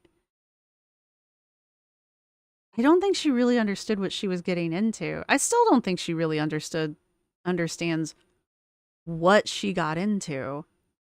And that's the other part that just because, like, somebody said it in the chat earlier, she's lucky she didn't end up in, dead in someone's basement. I during this time, one of the reasons I quit watching is because I was absolutely terrified that she just wasn't going to post one day. And then weeks from now, through the grapevine, we find out that she was kidnapped or something and didn't come home, basically. Like, that, honest to God, was a true fear of mine. And I was like, I can't be here for that. It's not like I'm emotionally invested or like it's going to shatter my world or anything. It's just like the thought of it was so ick to me. I couldn't put myself in that situation. Thankfully, that did not happen. But the reality is it could have very easily. 3:45. And I'm going to have a good night. So you guys are so like, oh, that's him. Okay, I gotta go. I gotta call him back. Why is it odd, Karina Kaboom? What the f? He has a mattress on the floor. Who cares? Like, you're gonna judge him for having a mattress on the floor? Go make... Sounds very Bachelor to me, I'm not gonna lie. Make more videos about Amber Lynn. What a dumb thing to judge somebody about. Oh, he has a mattress on the... Yeah, Layla, but the criticism is stupid. Foodie's audience, who didn't always show up. Cordelia, I ask that frequently about Foodie. How is she even alive still? The most amount of love. Were clearly concerned. All silly lolcow stuff was gone now. This was a worrying situation. All right. I get there. There's another guy there. Basically, his friend, I sit at the table, his friend's so drunk. And then I guess I was on my phone, and then his friend went on his phone. So Dom, Lee, yes. He's just like, and yes, are you K-Buns. texting each other? I was just like, oh my god. He was being like paranoid, like, I don't know. And I'm just like, what? We're not boyfriend and girlfriend. And he's like, no, I'm not. He's like, I don't care if you want to sleep with him, just be honest about it. And I'm just like, what? Like, I don't even know your friend. He's way too controlling. Like, he's so controlling and just weird. Like, and at this point, you should have just been like, well, okay, first off, you shouldn't have done it in the first place, but hindsight. She's not amused about it. She's not amused by it anymore here. And yet. A bit jealous and controlling. Like, I can tell you are smitten. So, well. Yeah, I think so. There's, for the record, guys, there's nothing wrong with having a mattress on the floor. There are a number of reasons why you might. None of them have to do. It's not a stereotype, or if it is, it shouldn't be. Lauren, I don't know. Because much like Amber, she doesn't have friends. She doesn't have a social life. She views her audience as her friends. Like, the whole reason we were on the dates with her when she went to go meet her Tinder dates was because she didn't have anyone else to be her backup plan. Like, I don't know if guys do this, but a lot of times when women will go on dates, they'll like tell their friends that they're going and where they're expecting to be, because if they don't come home or something happens, they want someone to know. They don't want to just vanish. And that, her taking us along via the live streams, that was her version of that, because she didn't have someone to tell that to. Maybe she could have told it to Pete's, but Pete's doesn't drive. So at least I don't think Pete's drives. So, you know, it's that kind of a thing. She didn't have anybody to fall back on. So she fell back on the audience because, again, like Amber does, Foodie views her audience as her friends. We're her friend, we're her confidant. Even her haters, we're all part of it. So that's why she shares her life on the internet, because she doesn't view it as sharing my life on the internet. She views it as sharing my life with my friends, who she believes that she has deep connections with. I'm not saying you can't form a deep connection with somebody on the internet. I'm just saying this isn't that situation. The longer this relationship went on, the more I wasn't a fan of it. But then, out of nowhere, I won't be seeing anybody anymore. So it's just gonna be me. I can't get into something like complicated, you know? I have a life that I had goals I was focusing on, and I can't let anything derail me from that. I'm tired of men. Do something to piss you off, or just bored with them? I'll tell you the story later. Okay. I didn't know who ended it because, as people say, the first rule with Foodie is, everybody say it, she lies. I didn't call it quits, I just blocked. So he would have been like, why is she blocking me? I blocked. Like, just blocked. She blocked him, then he blocked her. Who knows, who cares? I was just happy it was over. And now that it was over, Foodie felt comfortable enough to share all the stories from her first week with Dom. I didn't realize I could have died or overdosed. Like, I think I almost did. Like, for real. It was Molly. Okay, and here's the other end of this one. And I'm sure I will get some pushback for this one, but I'm not 100% sure if this whole like substance abuse storyline that she went on was real. And again, Foodie lies. But it just kind of felt a lot like when Amber does this shit, and then 2 weeks later, suddenly she's a recovering whatever. It felt like that here. And I'm not trying to dismiss the addictive powers of substances. However, it just never felt like that's really what happened. And it felt like it was just you know how Foodie makes up stories? Or how she used to make up stories while she was eating, and it was always like these grandiose, weird ass, very detailed stories about weird stuff, but she was insistent that she was like the main character. It just felt like that, like she was telling a story again, only this time, you know, she was the cool kid who was doing all the illicit substances and stuff, and then she just like shook it off one day. You know, the only thing that she keeps going back to that I am aware of, it's the gummies and that stuff. And the hashish, I think that's how you say it. Those are the only two things that she keeps going back to. And I think that's because the rest of it, I don't think she was ever really addicted to it in any capacity. I think she did it, maybe, and it felt good, maybe. The coke might have gone on a little longer, but she did lose some weight there. So Sorry, I was thinking about Archer, the cartoon series. Anyway, but it's, I don't know, guys. It just always felt off to me. So that's why I've always been like, I never really believed the substance storyline. So, I mean, I just wanted to put that out there because like because we're getting into it and I was just always like, I don't know, man, this just sounds like one of your stories and shit. It just doesn't feel authentic. I don't know.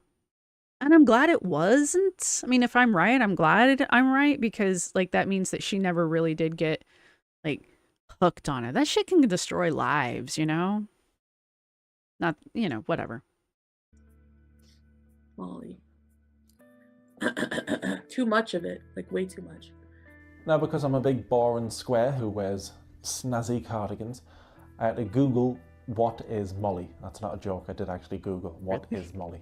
Turns out it's something called MDMA, some hard drug. Thankfully, that was the only hard drug Foodie used. He said that somebody left a pipe at his house. It was like a glass tube with a circle, and there was like stuff in it. I could see like leftover. I don't know what it was. He said it was meth. So I did that, just like the one like hoot of it, because there wasn't much left. And then that's when I started my. What the hell is this?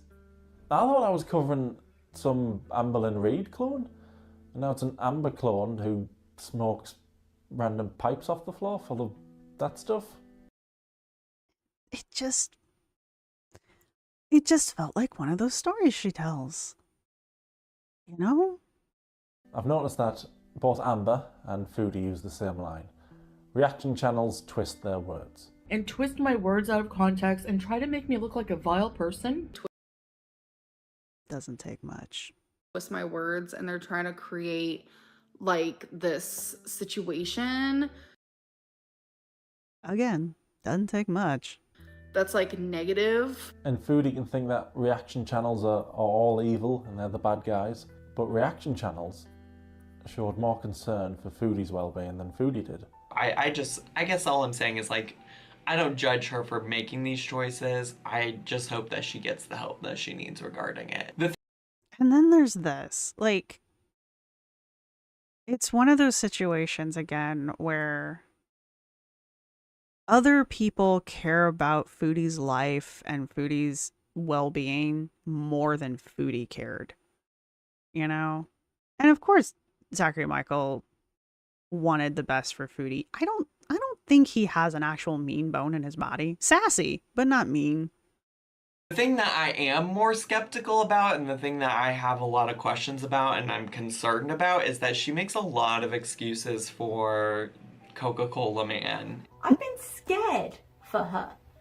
And were it one of my sisters, were it one of my friends, were it someone close to me in my circle, I've been, are you okay? Come here. Are you okay? We're going to hospital. We're getting you checked. And once I was sure she was entirely safe and we had sorted out things, I can slap her in the face and be like, what the f is wrong with you?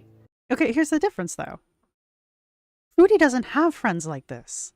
She doesn't have people like Milk Tea Relax in her life. She doesn't have people like Zachary Michael in her life. Okay, kind of. And Pete's isn't strong enough in the will to override Foodie. You guys get what I'm saying? Like, Milk Tea's like, I would just take them to the hospital. No ifs, ands, buts about it. There is no question. We are going. Kind of a thing. Pete's would be like, hey, do you want to go to the hospital? And she'd be like, nah. And he'd be like, okay. Whether he agreed with it or not. I think he got a gram. Wrapped it in some tissue. Oh my God, look at her.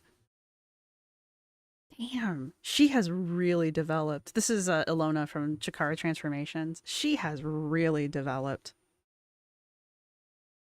Wow. If she watches this, I wonder if she sees this old picture of herself. It's crazy. And he said to swallow it because it tastes gross. So he gave me more. I didn't realize you could like OD on this, you know. Oh my God, she's so stupid. How can you not think that you can't OD on something like that? My concern is that utilizing this for content is really dangerous. She says that she had all the symptoms of an OD. Imagine, like, she puts herself into this scary situation with someone she doesn't even know. Would he even take the time to call an ambulance for her? Wow. Watching Alex watch Foodie during that time period was also very hard, and I'm sure it was very hard for Alex as well, because he's been very open about his own recovery. So that was kind of the other reason why it sort of kind of pissed me off, because I was like, if she is faking it, what it must feel like to be someone like Alex who has worked hard to recover, to watch somebody play act at this, you know? So if you see Dee Dee now and her, I'm sorry, I'm laughing at math. I don't keep up with Dee Dee at all. I don't keep up with that end at all.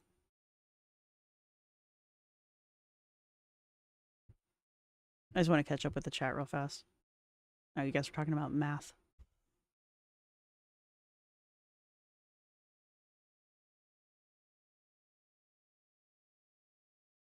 I do think she's dependent on the gummies, K-Buns. I do think that's true. She's demonstrated that. Sorry, my dinner's fighting back.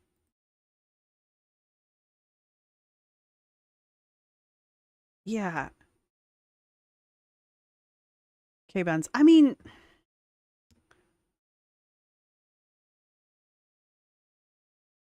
I know she was doing the sody pop long enough to drop some weight. But I don't know. I feel like when she finally did decide to walk away from it, she just walked away from it. You know, and that's why I was always suspicious of it, because it's just like, she didn't walk away from anything. You know? So I only see things on Twitter. I haven't been on Twitter in a hot minute.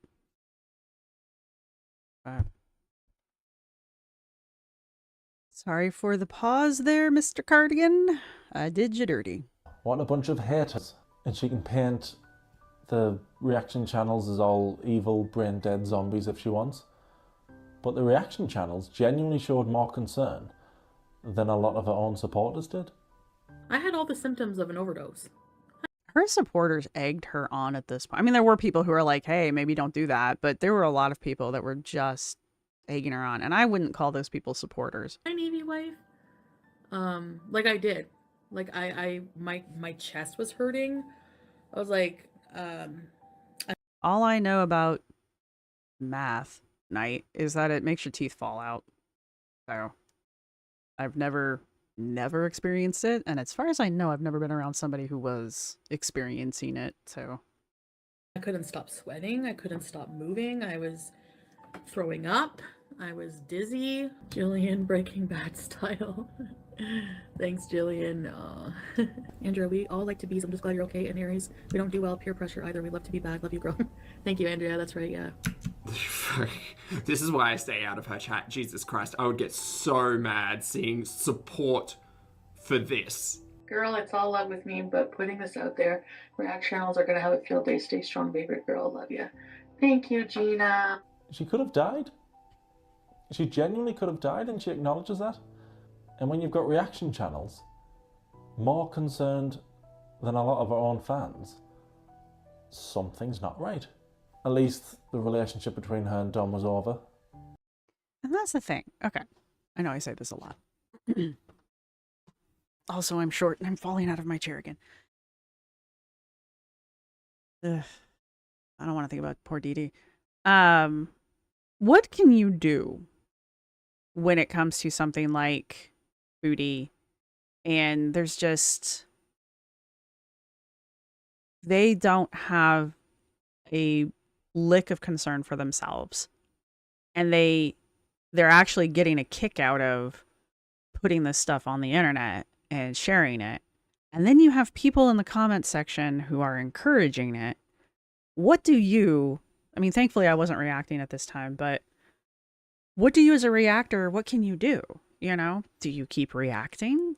Is it wrong? Do you stop reacting? It's not going to make her stop. You know, it's these kind of things. And I'm always curious, like, what decision the community makes, and the individual reactors make as their way of dealing with behavior like this that is so truly, like, self-destructive. Like, I think if I had been reacting at this point, I would have stopped reacting altogether, because I don't feel like, even if you're not meaning to encourage it, I feel like it's like accidentally encouraging it. I'm not condemning anybody who did continue to follow this, because I also understand that, like, it's a train wreck and you can't not watch. Like, I get that part too. So, and it's also, you're not responsible for her behavior in any way, shape, or form. So, like, there's nothing there. It's just me personally. I don't know if I could have continued to react to her content if I had been.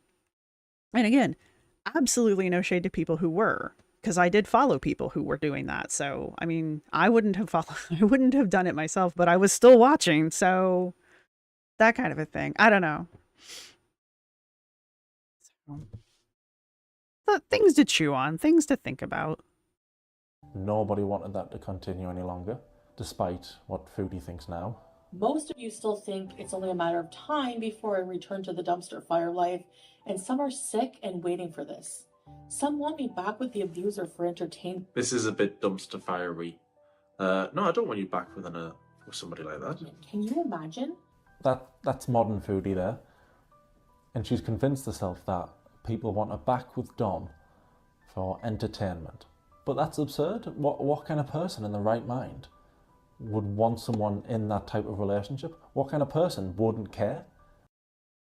Exactly. And I mean, as he played all of the major reactors and their reactions to it, and every single one of them is basically saying the same thing. Like, they have more concern for her well-being than she had of her own well-being. It was very self-destructive, and it was very concerning. And I know people don't like Sala at all, but I mean, if those are my choices, I will take Sala over the other guy any day. Like, if those are my choices. I don't really have a strong opinion of Sala one way or the other, to be perfectly frank. He's a dude. Literally, that's all I've got. He's a guy. And the whole text messaging thing just kind of proves that he's a dude. Someone earlier said he thinks with his divining rod.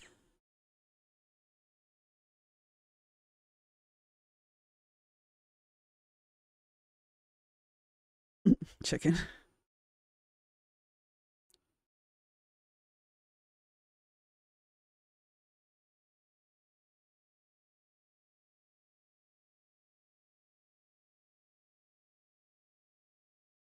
Yeah, okay. So with K-Bun's comment here, I was baffled by the people who just kept paying for memberships and throwing super chats just to keep the train wreck going. That is a totally, in my opinion, that is a totally different level than the reactors reacting, because that is directly feeding the beast. The reaction channels, like people like me who weren't watching her directly, were watching the reaction channels. So if anything, the reaction channels kind of created a buffer for maybe even pulled attention away. Because in my opinion, the only way you put out a fire like that is you starve it of oxygen. And that would mean that people would literally have to stop watching Foodie altogether. And that's just not going to happen. There's too many people who enjoy watching this and who enjoy egging it on. So, and Foodie is incredibly reactive. And so if you tell her not to do something, she's going to go do it. If you tell her to do something, she's not going to do it. Like, the whole time I'm watching this, I was like, we just need people to start telling her not to get help. Because as soon as we start telling her not to get help, that's going to be the first thing she does, you know? We need people to start telling her to date him, because as soon as people agree with it, she's gonna dump his ass because she's just so contrarian. But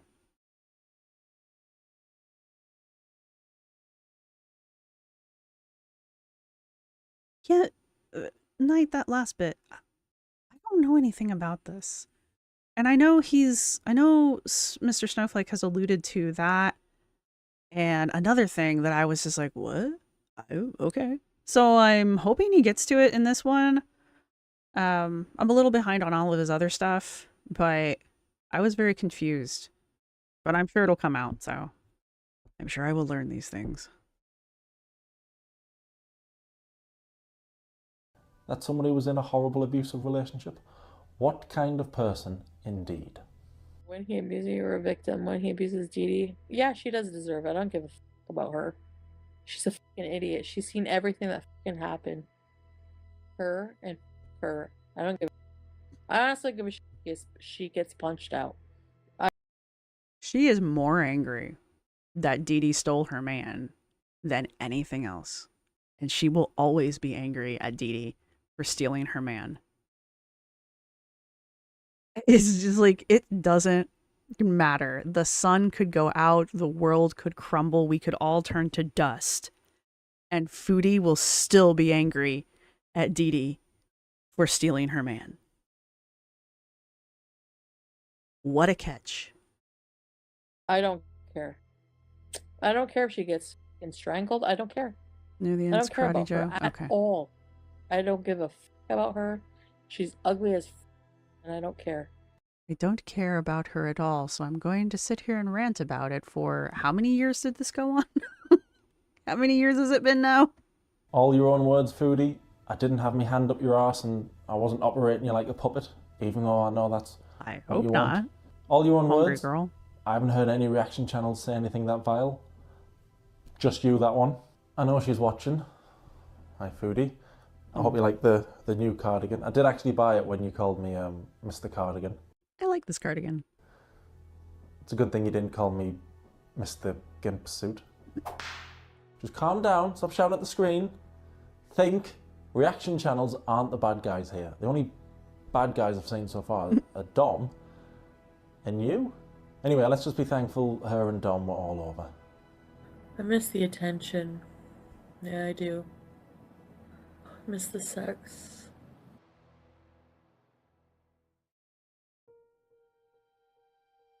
I like a lot of the reaction channels I've seen in the Amberverse and the Foodieverse. Not all of them, but the vast majority. I like what I've seen because they always seem to catch stuff that I don't think about or I'm not paying too much attention to because I'm concentrating on other things, and the exact same thing happened here. The fact that she's, I'm going to rant anyway, but the fact that she's driving on this high as well is really, really dangerous, because she has on live streams after she's come back from this guy, and you can tell she's still off her face because of the way that she's gurning and the massive saucer eyes. So this week she also said that like she didn't remember some stuff. Like she didn't remember driving home, or she didn't remember the morning after. She is reckless. Remember when she was saying 10 minutes ago, no, I'm not out here normalizing it. No, but her chat's normalizing her behavior, which in turn is being recorded, produced, and monetized. I didn't even think of that. Yeah, obviously.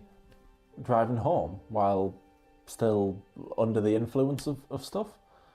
She spent that first night doing stuff with him, drove home, and those other nights would drive home the very next day, very early the next morning. I didn't drive under the influence. That's bull. That's... Dude, she's still dazed right now. You need to get over that. I'm driving the car, but I'm trying to position this so that I'm gonna be driving and not looking at the chat. I'm like seriously so hungry, guys.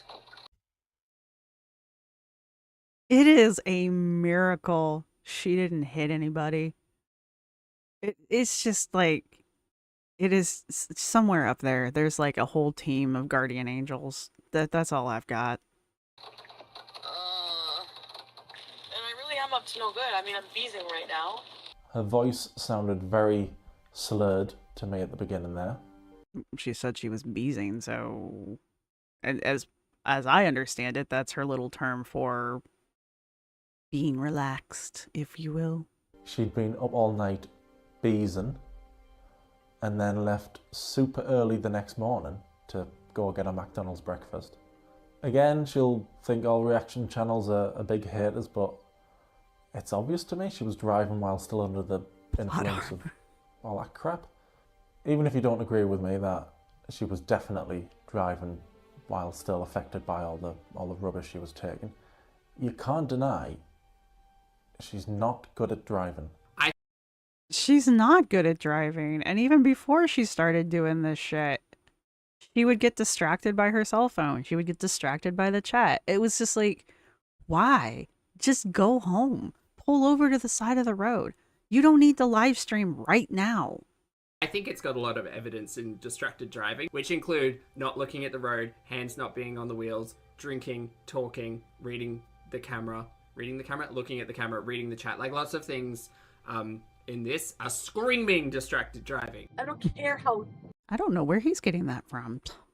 Overreacting. I've never seen pulpy syntax before, so that's actually interesting. Like, I literally had no idea who he was until the whole beard drama started, which I need to get caught up on. And concerned you are. You don't like it? You don't like my rages? Then guess what? You don't gotta be here. Oh, reported for dangerous acts. Good for you. You can do something with your life. I'm not gonna drive. I don't have to drive with both hands on my wheel. It's not a law. She just needs to pull over if she's gonna... Look at the face she's doing too. I don't have to drive with both hands on the wheel. It's not a law. All right. Have a rage, like a toddler, or just calm down. Have you tried calming down? Works really well. No one's life is worth risking because you're ranting and raving about, I don't know, Charlie Gold or anything. It's not worth it. Pull over and then act like a fool. I wonder if he's going to get to a point where he's talking about the French fried girl stuff. I assume not in this video because he's just talking about the Natter era here. That one kind of boggles me a little bit. And I only know the only things I know about it is the stuff I hear through Milk Tea, and she doesn't follow the drama directly either, so all she knows is things that inadvertently trickle in. So sassy. When she isn't raging, she's just not a good driver. Tomorrow. Yeah. What are you doing? Hello? Hello? Hi, can I place an order for pickup? Are you serious? She thinks she's being so cute right now, too.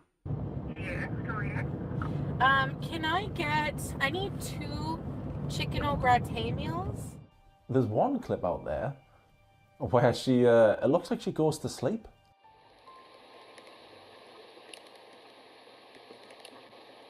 I feel quiet today, guys. I'm tired. I know Things I missed. Die Hard fans will... That's what's going to happen to Foodie, actually, isn't it? She doesn't stop overeating Die Hard. I know It's a great movie. Die Hard fans will think, it's not a big deal, she's never crashed, she's never been driving while under the influence. You need more proof than reaction channels. Oh, Pete! Extremely little sympathy for people who drive drunk. And yes, I did yell at Chantel once for that. I knew I liked Pete's for a reason. Well done, Pete. I hope you're Just enjoying once, though? X-Men Night. Sorry, I'll be right back.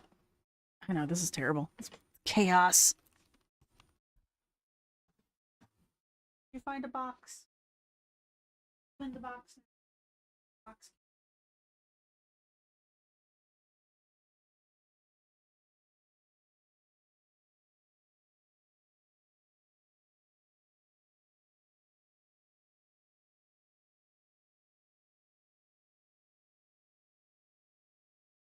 But I come back with a cat.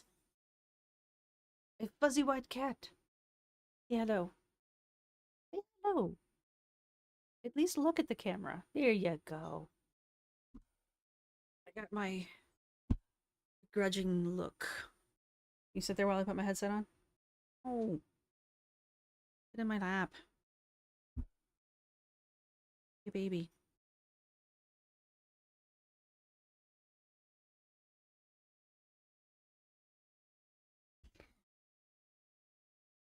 Oh, now you want more pets? Who's a good boy? Josh. There we go. Now he's purring for me. I'm gonna rub your face on my mic.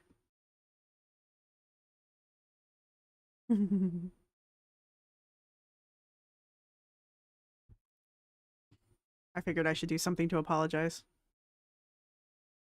You Eddie. He's technically my emotional support animal, so he needs to be over here for this anyway. You're falling down on your job, buddy.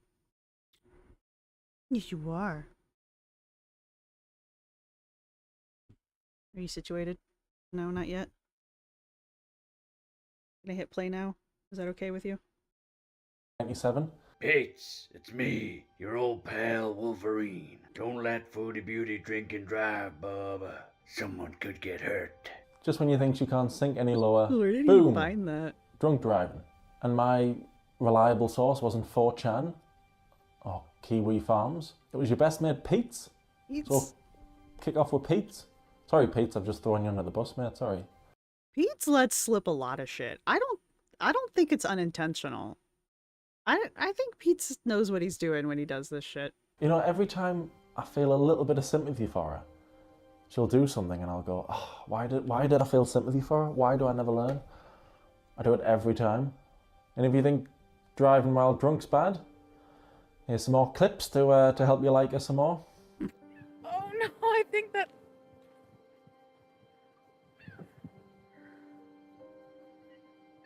I love you.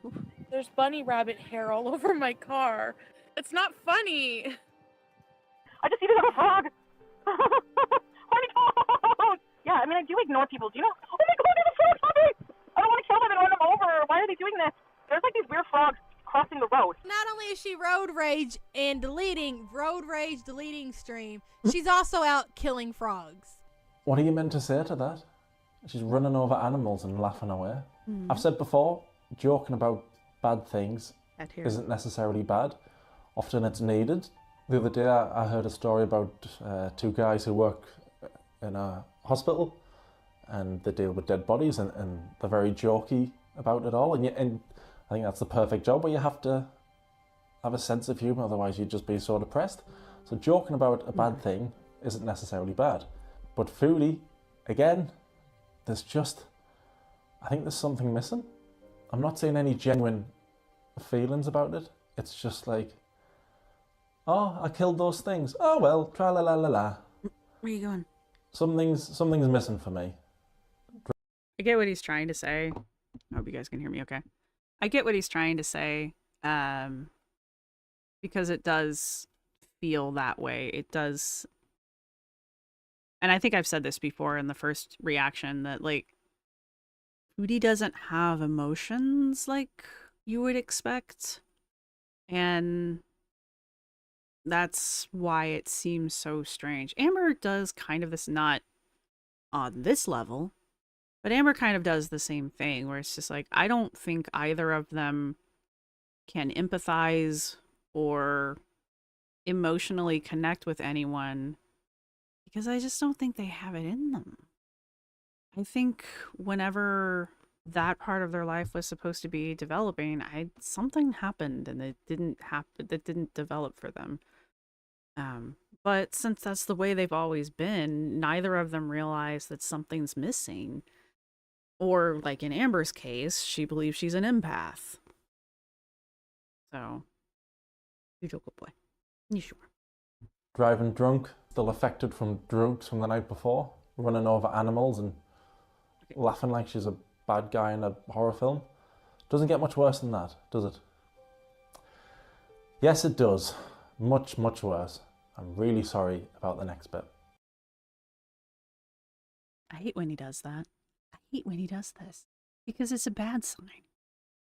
And I just, like, in the back of my head, I'm like, do I want to know? Because I'm very much a person. If I say I don't want to know something, I don't want to know. I've been abandoned.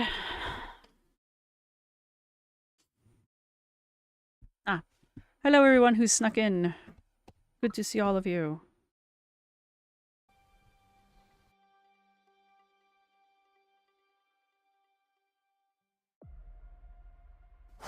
here we go.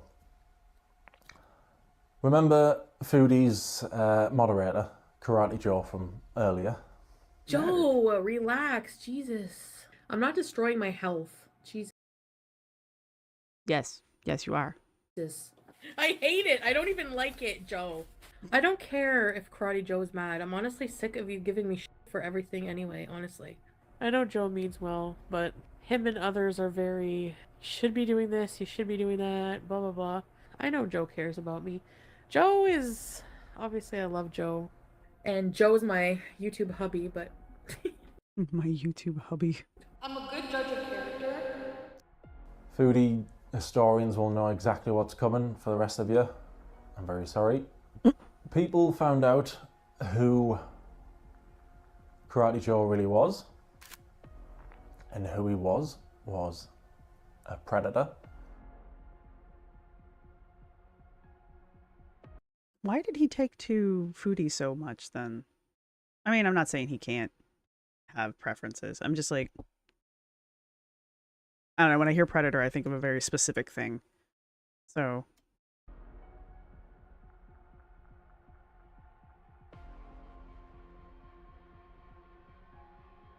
Foodie had already fallen out with Guilty, no contest.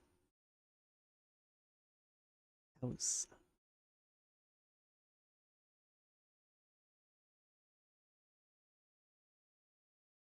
Yes, I know common sense.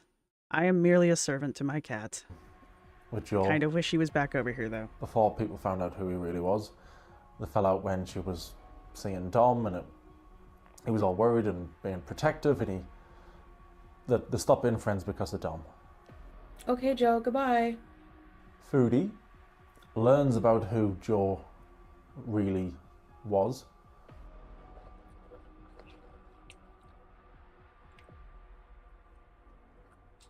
Yeah, I did not long ago.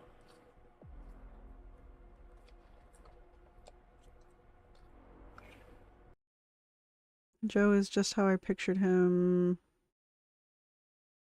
Nope, it won't go away. Dang it. I hate that bar. He did it to a minor. She couldn't stop stuffing her face. That's not a normal reaction. And if she thinks it is, you can get in the bin. It's not. I don't even know what to say about that. So, I mean, I'm like shocked. This is one of those moments where I'm like, there's something just didn't happen when it should have happened. And because of that, there's a void. The only thing I could possibly think here is that she hated the farms. Most of the girls do.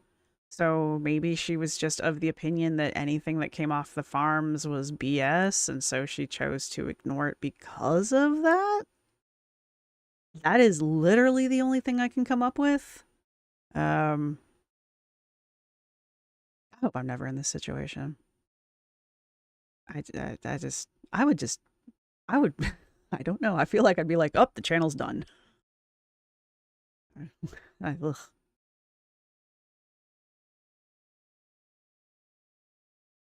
She knew before he was doxxed?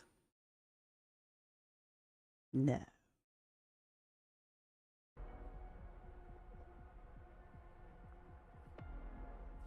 How?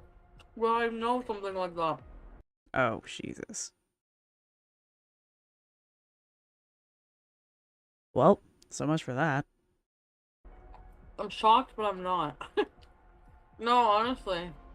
You never truly know somebody, but I'm like in disbelief. I'm in like disbelief a little. Well, yeah. You are vile in every way.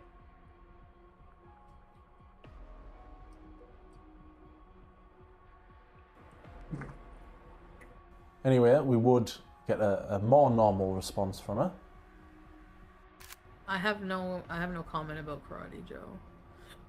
I don't know the circumstances of everything. I don't know anything. Like, I just don't even want to talk about it at all. Like, I don't want to go there. Like, at all. I don't know. I watched that and I thought, that's a bit better. This guy who you considered your friend turns out to be a monster. and you don't want to talk about it. You don't even want to think about it. I totally get that. I don't even want to think about it. It's too upsetting that I could be friends with somebody like that. Yeah, I think that's where I would be at. Like, what is that?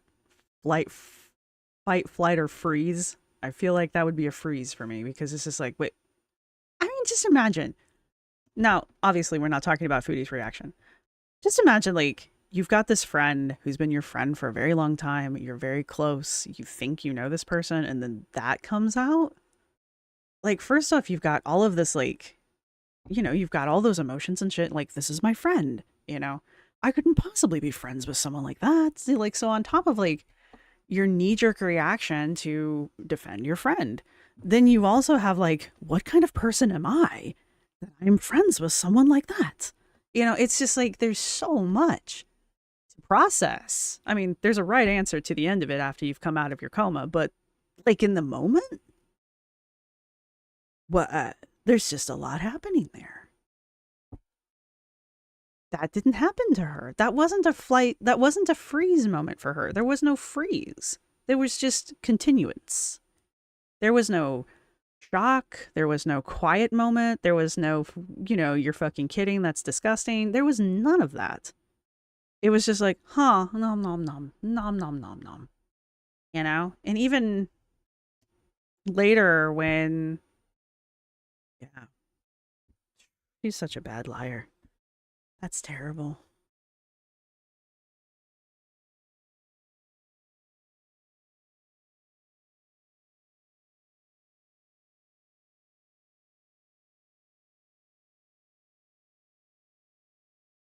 Shock followed by a good. That would definitely be several therapy sessions. I totally get a response. Fine, that's fine. But then she ruined it. I don't know if I'm allowed to say that, but like when it comes to sex offenders, registered sex offenders, I feel like, I don't know, like I just feel like if somebody pays their debt to society, I'm not saying like, yes, okay, I just like, you know what I mean? Like, it's okay for there to be unforgivable acts. Not everyone deserves the redemption. Yeah, that's true, actually. But I don't know. I find it just, I don't know. Humans are flawed. See, I think she needs everyone to be redeemable because I think in her head somewhere she knew she was going to need redemption.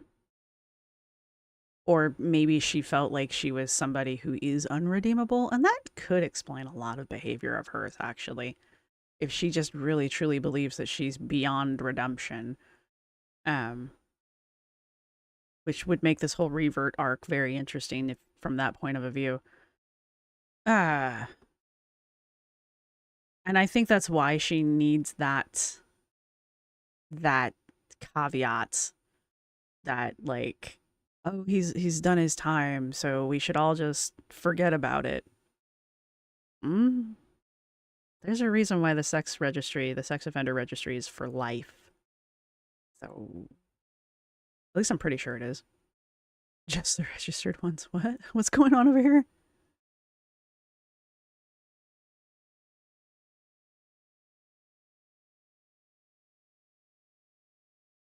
I don't know what that's in context to.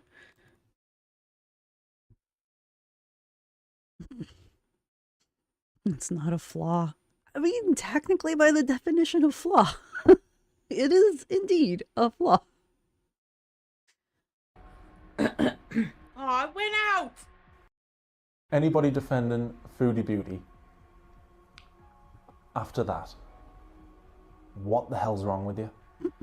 I don't want people harassing Foodie. I don't want people harassing her fans. But just remember, if Foodie or one of her fans she has left ever criticise you, just remember, Foodie thinks that after a predator has served his time, she thinks meh. She said in episode 1 that I didn't use her own words? No, it's not my own words. It's not my own words. That's the thing. He didn't use my own words. Like some of the stuff, yeah. So let me be very clear about what your words were about a man who sexually abused the child. I don't know if I'm allowed to say that. When it comes to registered sex offenders, I got curious, so I looked it up, but at least in the state of Pennsylvania, if you get on the no-no list, you're there for life. And I'm pretty sure that's how it worked in Indiana, too. So, again, your mileage may vary. It seems to be a state-by-state thing, but there's a reason these lists are for life. It's because this is considered such a heinous crime by the majority of society that y'all need to be watched forever, kind of a thing. It's just... And he pled guilty. Like, he didn't contest it. So, like, he's not even like, oh, I was wrongfully accused. He was like, yeah, I did it. All right. Well, cool.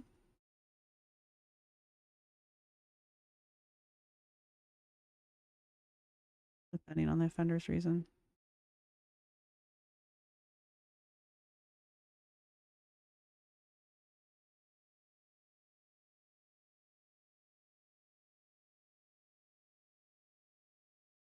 Sorry, I'm just catching up on the chat. I know there's so much there, but... I feel like, I don't know, I feel like if somebody pays their debt to society, I'm not saying like, yes, okay, I'm just saying like, you know what I mean?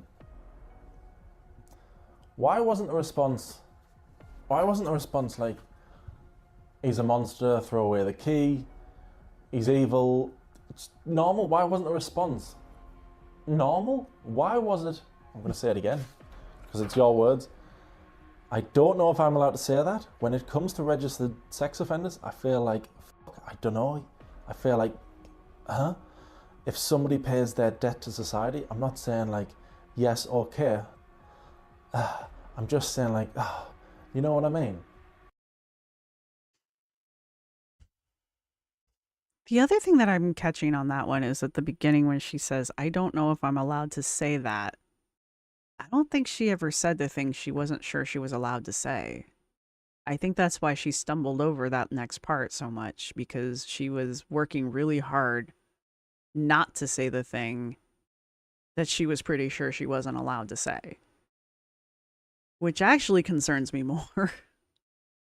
So there's that. Also, I keep forgetting that she's in Canada, and I'm not saying Canada has like less harsh rules about this kind of thing. I don't know what they are because I don't live there. So I'm assuming it is fairly similar. Because most countries, I can't think of one that doesn't find things like that abhorrent. So I can't think of many. I can't think of any. Literally can't think of one. And if you know of one, I don't want to know. Just keep it to yourself, please. And we're not done there. Friday Joe told me that once. He's like, I want to use a cucumber on you. Now that creeps me the hell out. Now you're creeped I'm out? not gonna lie. She just doesn't get it. She already knew at that point he was a monster. And then she's on camera laughing away about it. Laughing away about he wanted to use a cucumber. Ha ha ha. Again, if it was somebody who I could tell, if I knew had genuine human emotions and they're joking about something bad, joking about a bad thing isn't bad. But with her, it just makes me even now as I'm saying it, I can feel how uncomfortable I am. The thing is the cucumber thing, she genuinely thought was funny. She's not creeped out. She's laughing at it. She's laughing like it's a joke. Like it's a joke that she's carried with her because she thought it was funny. I mean, this is just how I'm reading it. So, you know, there you have that. But yeah, to me, that didn't even sound like she was bothered at all in any capacity. Like, she's more concerned about what he said to her about what he was hoping to do with her, as opposed to, well, all the other shit, you know? I don't know. Yeah, Knight makes a good point about that. I'm going to be completely honest. I'm fed up of dealing with these Yeah, Ananias. overweight lol cows. Nope, I who still said it act wrong, didn't I? horrendously, and then think anybody who says I wasn't okay with that thinks that anybody who has a problem with it is just a blind hater. Fine, I'm a hater. I was just a normal guy making silly videos about lol cows in his mum's basement, and now I'm an official Foodie Beauty hater. Is he going to make t-shirts? I'll have to get some merch made, get some t-shirts made up. Obviously, you're not going to be a fan of me, Foodie.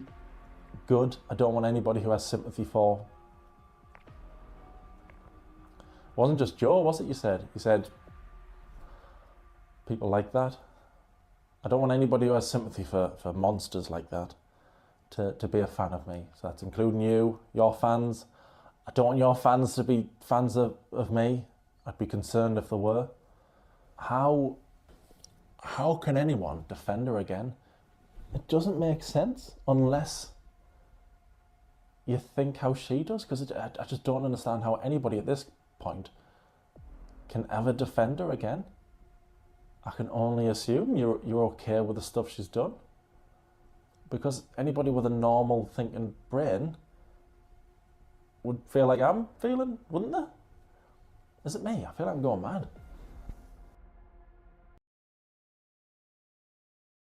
Oh, I do remember that. We're just gonna leave that up there. The only thing I can think of when he's like, you know, how can you keep defending her?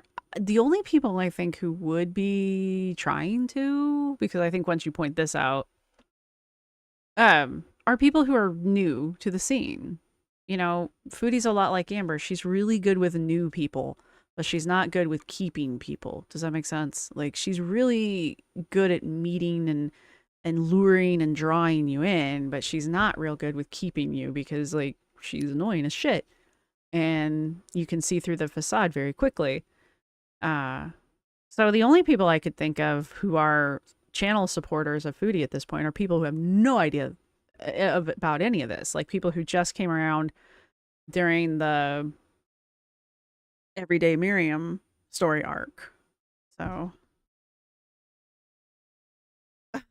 Crackhead Olympics. Welcome, Mr. Cardigan. Thank you for dropping by. Thank you for disturbing me yet again. I appreciate it. But yeah, that's the only thing I can think of. And I just wonder how many of those people, the new supporters from the Everyday Miriam, are going to watch this. I think they all need to. But how many of them are going to? How many of them even know it's here? You know, that kind of a thing. Of course, she does rant and rave about it, so probably all of them, honestly. And it's just that kind of a thing. How many of... I would imagine most people, when they watch this, are gonna not like it. But you know what? She still has a shit ton of people following her and watching her. I don't know if she still does memberships, but, you know, it's again, I go back to the only real way to put a fire out is to deprive it of oxygen, which is total blackout. And I know people have protested her in the past, and I know people have massive unsubscribed in the past, and it annoys her when it happens. But shit, man, she's even had her channel taken down, and she got it back. Like, she's fucking untouchable. It's stunning to me. Anyway, let's wrap this up. Oh, shit. Where's Jimmy? Oh yeah, Karate Joe died. Eh? I saw that. Yeah. Yeah, from what I remember, like before I found out, like all of the stuff that went down with him, he wasn't very healthy because when I would talk to him, he would like be on the floor all the time and stuff. Her saying someone wasn't healthy is just cool. Like, there are no mirrors in your house, are there? She had sympathy for a genuine predator, somebody who had done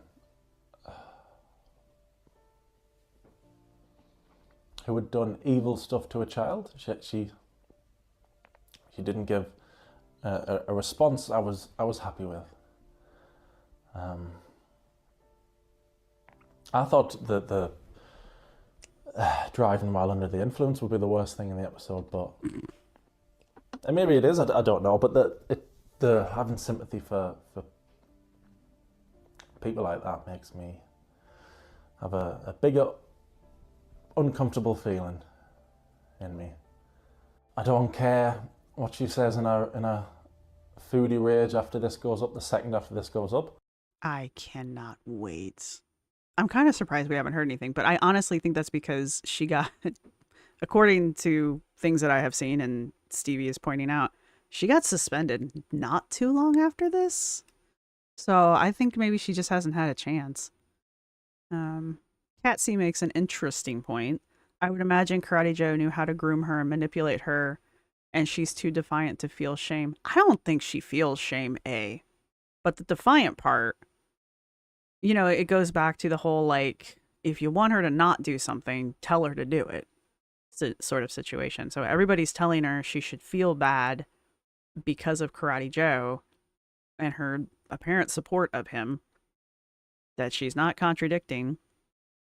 And so because of that, she doubles down on shit. You know? She is back in Canada. I know that. I know that much. I know she's back in Canada. I wasn't sure if the suspension was a real thing or not, but apparently it was. And I think that's honestly the only reason we haven't had a reaction to this yet. Yeah, that's what I thought, Lee. Yeah, it must have happened. Yeah, because this is only 5 days old and she just came off of a 7-day suspension. That doesn't mean she didn't watch it. It just means she hasn't reacted to it and had her moment yet. So. And again, my credible research isn't Kiwi Farms or anywhere. It's you. It's stuff you've said. It's your own words. My hand isn't up your ass making you say this stuff. Nobody's making you say this stuff. Nobody's making you go, where is it? I've lost the sheet now. Having sympathy for these people. It's all you, and it's all... Yeah, see, this is not a freeze. This is just She gives no Fs. Her field of fucks is barren. As evil and as sick as I can imagine anybody being. And you don't have to be a parent to be outraged and disgusted. You just have to be a normal human being who isn't okay with people abusing children. Like that kid. And all the kids who have gone through that.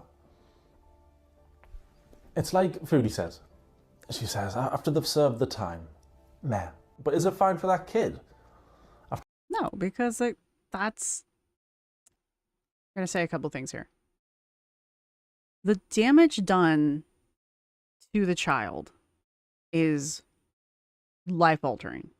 And, I mean, even with therapy, it's still there. It still happened, you know? And somebody brought it up over here earlier that people needed to convince her that her relationship with a 40-year-old when she was 14, was it?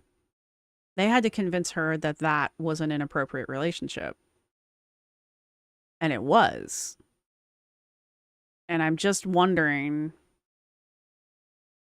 And it would explain a lot of her behavior if this is not something that happened to her. But again, Foodie's way of dealing with it is to either hand wave it. She's also another one of these people that's just like, it never happened. Or she rewrites the story in a way that she was the one in control, and therefore she's not the victim anymore. But the damage done is real. And there's enough stuff out there that shows that this sticks with you for a very long time. And I'm not asking people to trauma dump in the comments section, so please don't. But, you know, it's also not uncommon, which is the really awful part about this. I'm not defending her at all. I'm just saying if something like this did happen in her past, it really explains a lot of shit. But we need to remember Foodie's an adult at this point.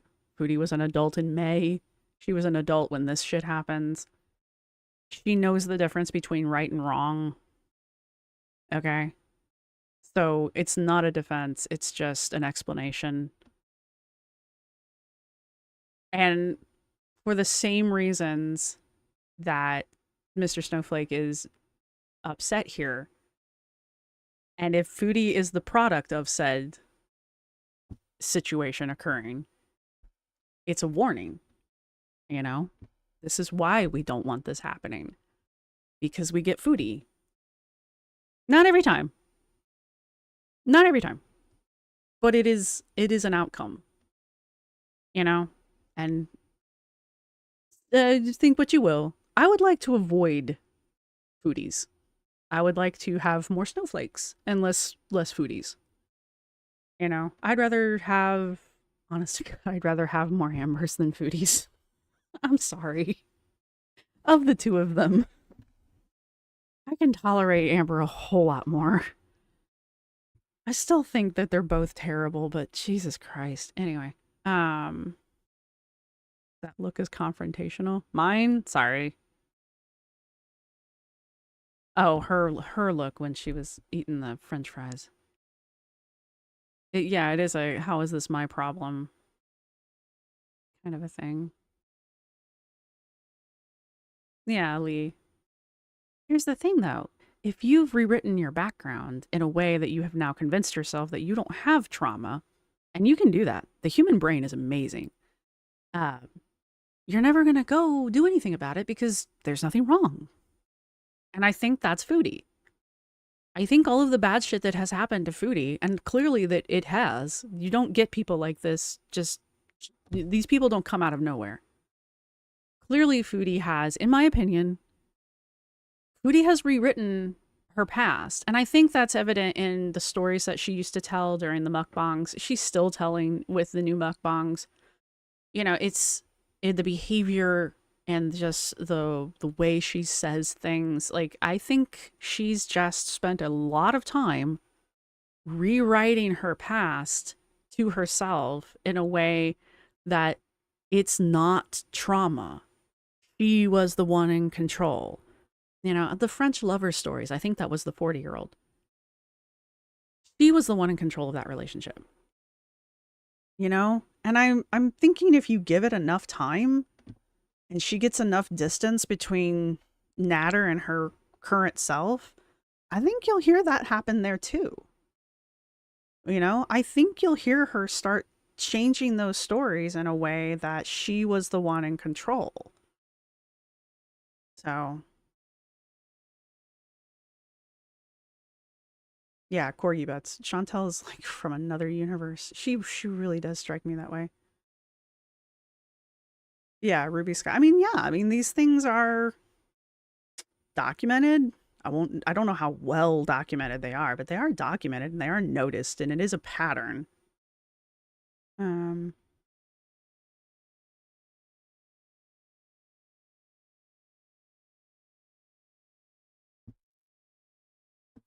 Yeah, both the girls rewrite their pasts, and both the girls do it in a way that makes themselves come out looking the best. I mean, for Foodie, it's power and control.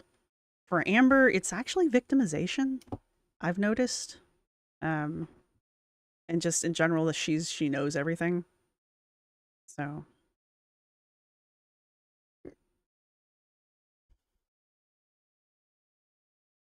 Oh, hey, Lee.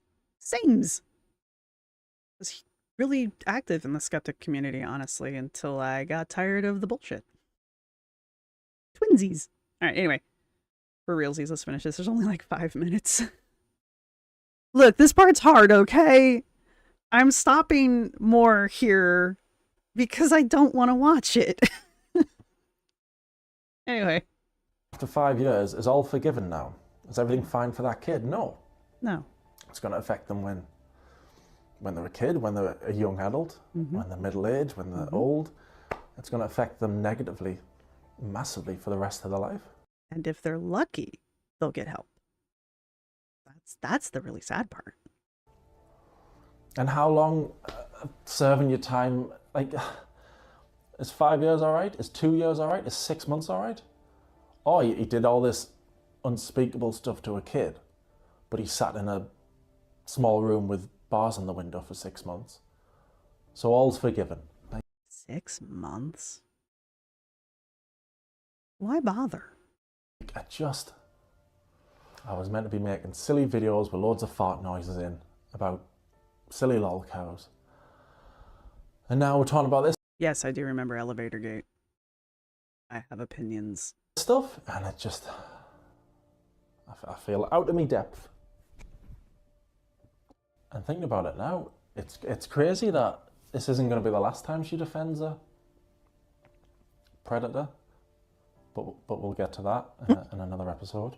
Are you still going to cry and have rages in the car about one person not liking you or disagreeing with something you've done when you're, how old are you now?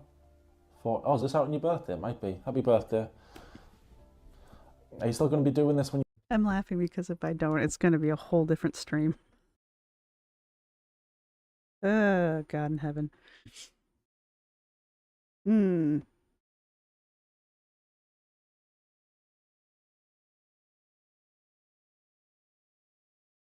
Yes, what NS? NS? Correct me if I'm wrong, please. But what she said, they said. Amber knows everything, but is still the victim and can't do anything to change her situation. Yeah, it's all in the universe's hands. Now let's talk about Amber for a moment.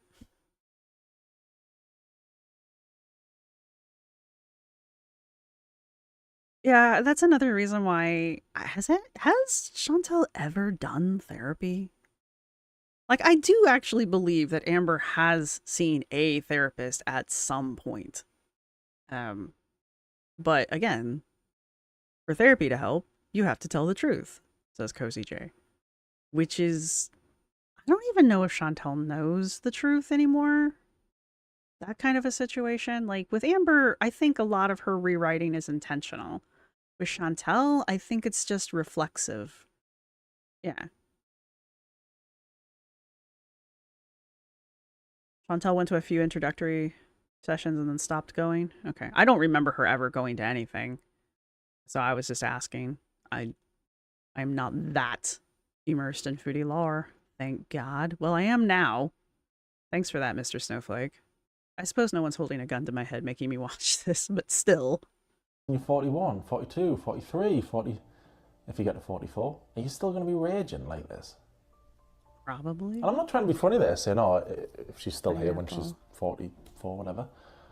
I haven't seen many people her size live past 40 odd, whatever. So she's spending the last years of her life just raging like a big baby and defending predators. Time well spent, eh? Yeah, I think you can class this as a snowflake rage. It's pretty tame compared to hers. Can I make a British rage joke here? Give that man a cup of tea. Sorry, I needed something to break this up. Ruby says, I saw angry bald Alan react to Anna's running and knee injury today. I can hear it. I can hear it. I can hear it in my head. I can already hear it. I had to quit watching him, honestly, but yeah, every now and then I check in and I'm just like, yep, that's exactly what I thought was going to happen. Catsy, yes. I believe that one 100%. I'll work on it. I'll try and get better for you. I'll try and get better. Everybody who's watched my channel before will know that I'm a big fan. It's my whole shtick, using the characters' words against them. If you have valid criticisms for me, if you have something super transformative, go for it. Thanks very much, Foodie. I'm guessing you won't be raging now because I've done exactly what you said. You're still going to rage, aren't you? You're going to rage for about 3 hours and then say, but I didn't watch it. And then the irony is that you're going to sit there and call out my lies in a documentary, which I haven't seen any yet, by the way. I haven't seen any yet, so. Drive safely, Lee. You know what you should do? You should start off raging about me, rage about my cardigan, and then start going off about French Fried Girl and Charlie Gold. Try not to call her that. He's still on name, about though. Charlie Gold. Try your best. Say you don't care about 40 times, and then do another few rants in the week. That's what you should do. Or you can rant about how I thought you deserved the Dom stuff because you totally missed the point of that section. I've no doubt you missed the point of that section. Yep. You know what? I bet part 2 is going to be victim shaming because I can tell the tone. He's just listening to haters as his like credible sources of information. Okay, I really want to see how she's going to twist that into being victim blaming because I don't feel like there was a single thing on here in this entire video that I just sat here and watched and interrupted about 1,000,000 times. I don't think there was anything that even talked about victimhood in this video. And I think it was handled quite well. Like, we didn't talk about Dee Dee. We didn't talk about how long did Natter era last? It was really long. We didn't talk about her accusations against him. We didn't talk about her dropping them, which I don't have. Look, I get that actually happens, and I don't not believe that she didn't do those things. But it's just like, we didn't talk about it.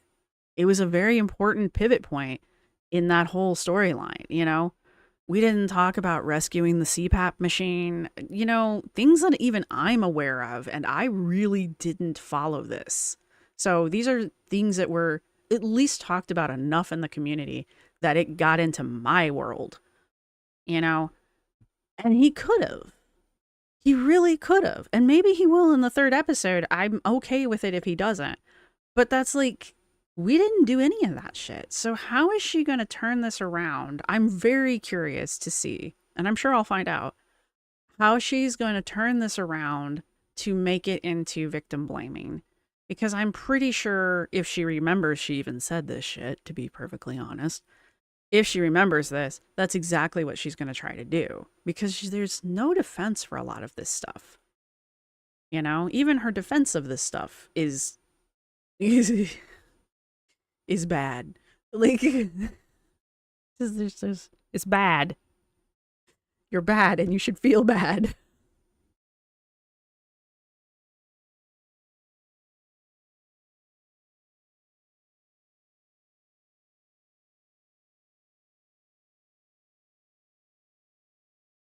Need all the cardigans we can get. I like his cardigan. You can kick off with me all you like, but I'm only able, and other channels are only able to make content out of you because of stuff you've done.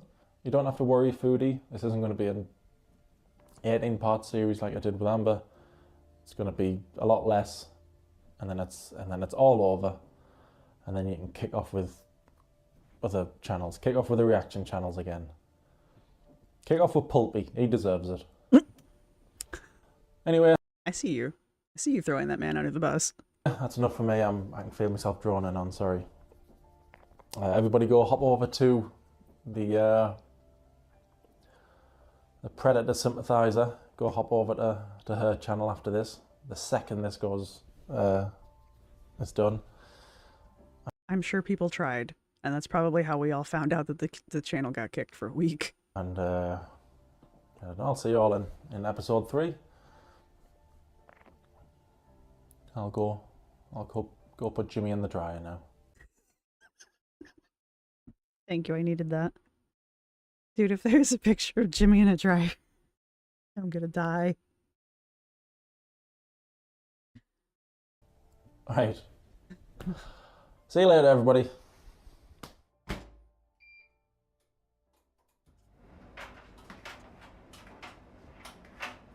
Hi everyone.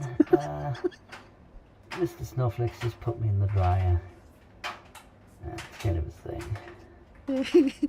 He likes to play. Why don't you take me pants off?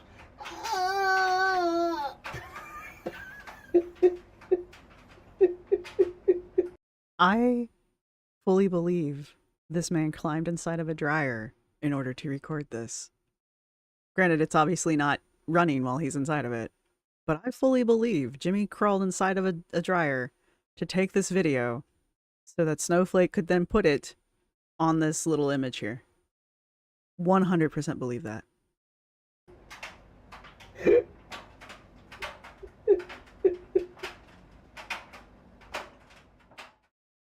God bless. God bless. All right.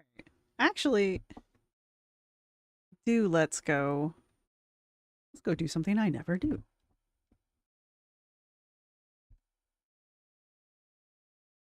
I feel like that's necessary. She's just... How did she stream this much? This was 4 hours ago. This was 22 hours ago. And sadness?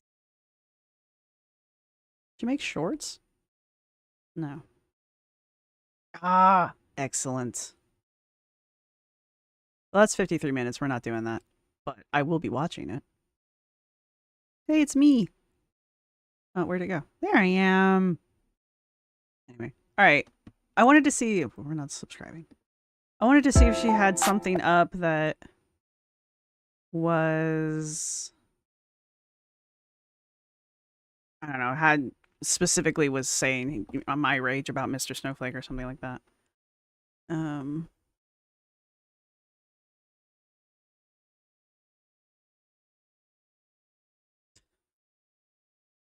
What is she doing? Okay. I'm fulfilling my own curiosity here. When did she start wearing glasses?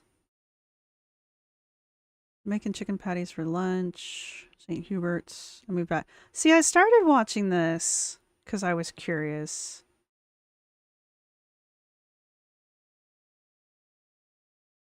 She has put out 3 near-hour-long streams in the past 2 days. How?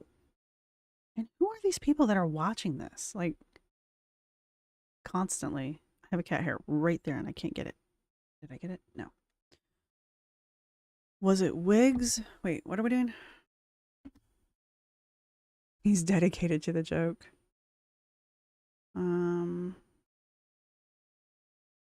Nice thumbnail for you.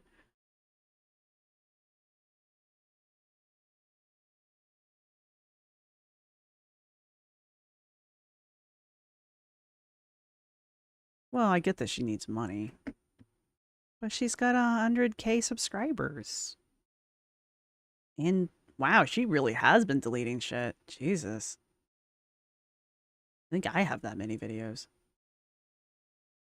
She's nuts. I don't say that about a lot of people. Popular? Wow, she was really working the filters there. All right. Well,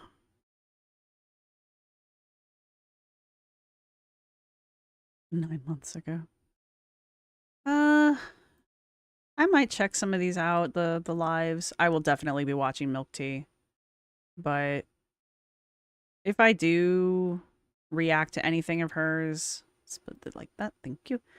I think I might use like compilation channels just because I think it's Barbecue Chicken who cuts them down pretty well and just basically takes the highlights out of them because I'm not this dedicated. I'm not an hour and 11 minutes dedicated.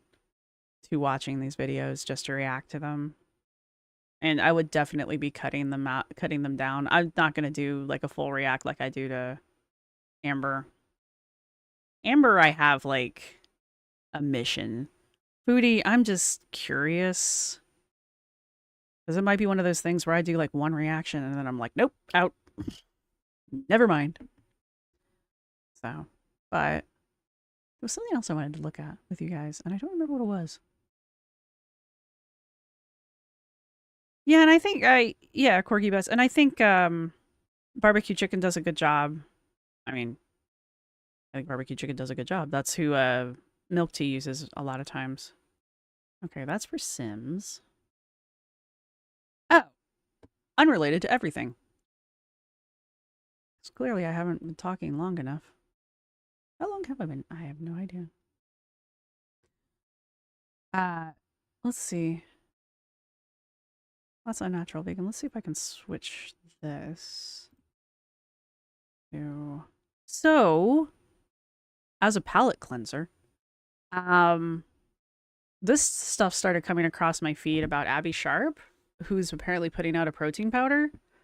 And I was really curious. So I've watched a couple people that I've watched Unnatural Vegan a few times in the past. You know.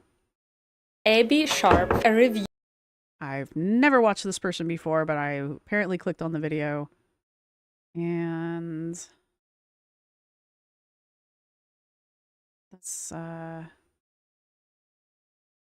yeah, this is Unnatural Vegan breaking down how much Abby's protein powder is going to cost. I'm sure all of you are dying to know.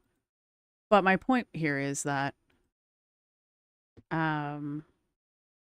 this Natalie Fox person is also another dietitian who I watched the whole video of, and it's pretty interesting. So I'm thinking about putting like a little compilation together, not necessarily just reacting to one person, but like smushing some stuff together, because I think they all of them make valid points throughout their videos. But is that something you guys would be interested in, is me talking about just Abby Sharp and this particular supplement thing? Because there's a lot of hypocrisy going on here. And I've talked about Abby in the past, but it was because I was talking about Amber also. So,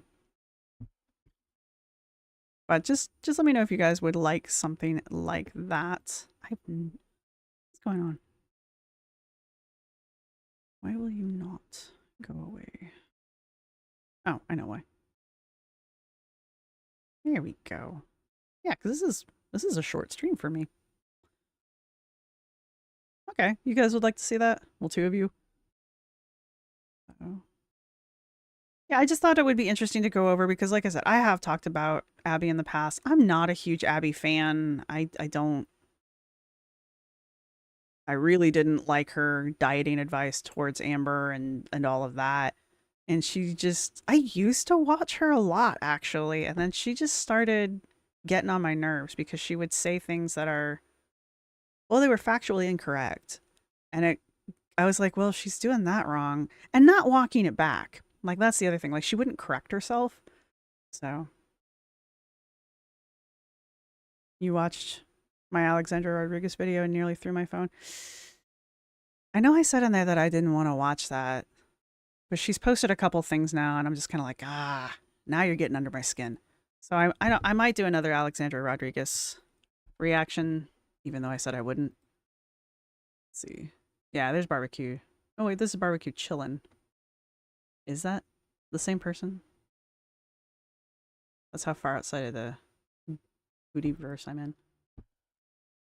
I'm looking for one of these that I can get into. Hey, look at that.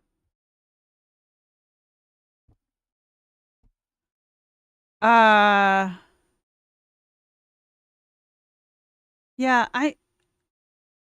now I'm curious because of this shit and this whole gender reveal. Isn't it awfully, I've never been pregnant. Isn't it awfully early to be doing a gender reveal? I don't know. I feel like it's a little early for it just because like it's still cooking kind of a thing. Like What if you do a gender reveal and like later on it comes out the opposite? Like now what are you gonna do? I don't know. I don't want to know, but I kind of want to know. Like this pregnancy gym anxiety, I kind of like. I don't really care about the gender reveal, but this shit, the pregnancy gym anxiety, I'm kind of interested to see what she's talking about there. I just want to hear what other fat acceptance haze crap that she's throwing out there, because she is really interested.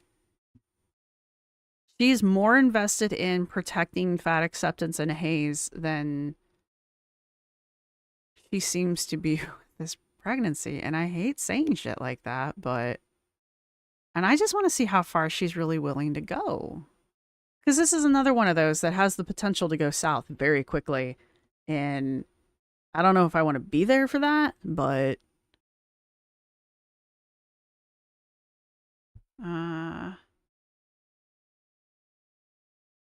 Okay, Buns, probably because she's boring as fuck. That's why you don't like her. Yeah, Stevie. Going back to Abby. That's like the thing with Abby. She hates healthy people. Like, she absolutely hates specifically women who are in shape. Like, she can't stand it. If they are healthy and muscular looking, she has to find some kind of fault, or she just immediately starts accusing them of having some kind of eating disorder. And it's just like, why are you doing that? But yet she'll take somebody, well, from like me, for example, and be like, oh yeah, your diet and exercise is perfectly healthy. You're fine. Bitch, I'm overweight. I am in the obese category. There is nothing right about what I look like. But she's all about that. You know, her advice to Amber was to eat more food. Really? Like, after cherry picking videos to watch of Amber's, like hardcore cherry picking these videos, to the point where even Amber, when she watched Abby's reaction to her, was like, wow, how old are these videos? They're old. Oh, please do. It's the only way to tolerate these people.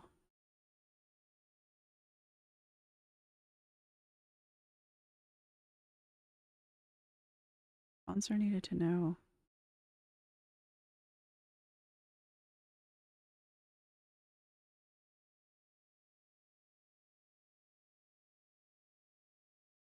Yeah, Ruby Skies. That's what I thought. She's only 10 weeks along, according to her. Let's see, how old is this video? 2 weeks old. Okay, so so she's 12 weeks on. That's nowhere near enough time to know. So why are you doing it this early? I mean, it wouldn't kill you to wait another, what, 6 weeks? You know?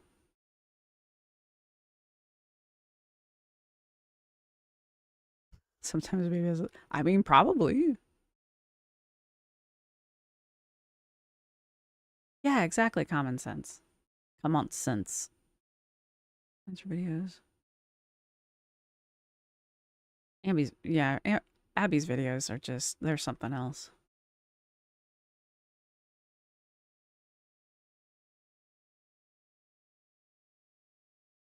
A blood test? Really? You can do a blood test to determine gender? Well, sex, technically. You're not determining gender until after it's born and capable of making its own decisions.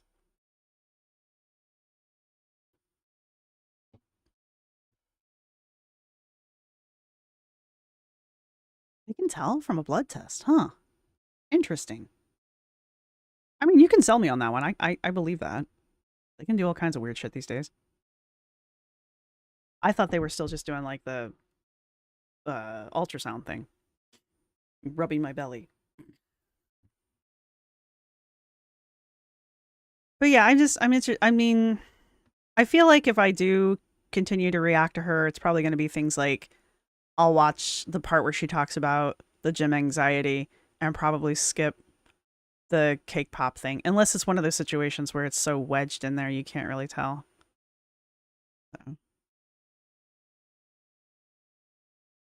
Also, I really wish she'd quit saying gender. But that's a personal thing. Shows sex chromosome markings as early as 6 weeks. Huh. That's crazy.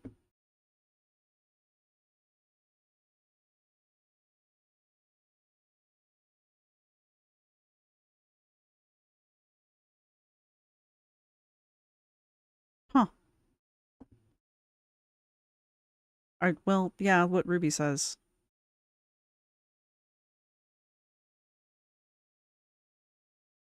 I'm sure she's had, well, I don't know what she's done. I haven't been following along. But if I were her, I would be like, yes, if it's a test that's going to ensure that this goes smoothly, please do it. Well, and it doesn't endanger anything, obviously. Because I know she's been trying to get pregnant for a while now. So. And I don't really want to discuss if I think she's going to be a good mom or not. I mean, that's neither here nor there. Everyone's going to have an opinion on that. So. Okay. Well, we might react to that then. And I definitely want to do at least a little bit of this Abby stuff. Just because I just want to see what it's all about. Because Abby is constantly on people about using supplements and shit. As opposed to just eat real food. Well, Abby, you take your own advice, bae.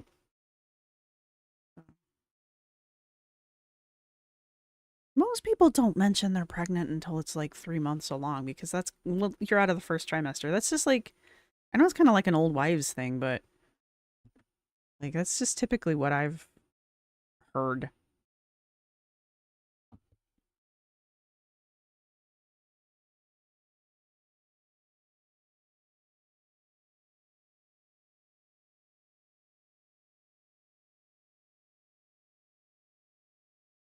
I don't think she's with a high-risk doctor, Gazette. Not after that last... Excuse me. Not after her video about why she quit seeing her gynecologist, which was basically her gynecologist was like, you're too big. We can't safely help you deliver. Go to this place that can. And she was like, no! And then the next thing she's talking about is how she found a midwife, which I don't have anything against midwives as long as they're working with a hospital or a clinic like that. Like, lots of people use midwives and it's fine, but they need to be backed up by medical support in case something goes wrong. But as far as I can tell, she didn't mention anything about it being like a high-risk doctor. As a matter of fact, the high-risk doctor she was recommended to go to, she refused to go to. So. Ruby. Probably just her condescending way that she talks about. That kind of started to get me with Abby, was just she just talks down to everyone. Oh, this was a year ago? Okay, this isn't about the supplement. Yeah, and why is she going after people?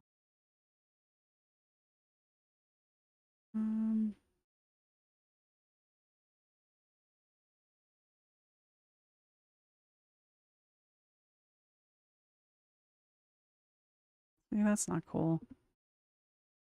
I don't even know who this person is. I'm not gonna watch this one.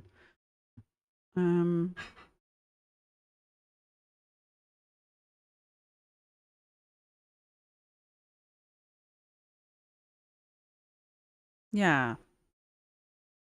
Just add a salad to your fried chicken. Don't get me wrong, I love fried chicken, but that's not a balanced meal.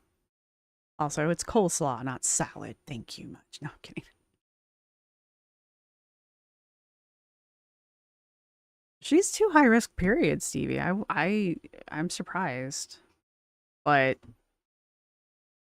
not a pregnant person, so.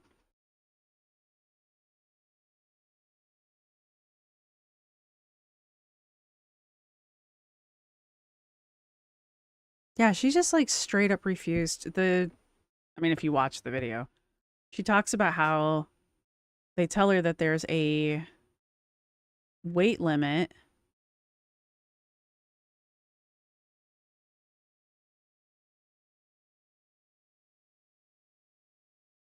Katie Morgan? I don't know who that is. The therapists who diagnosed are the ones. I don't know who that is.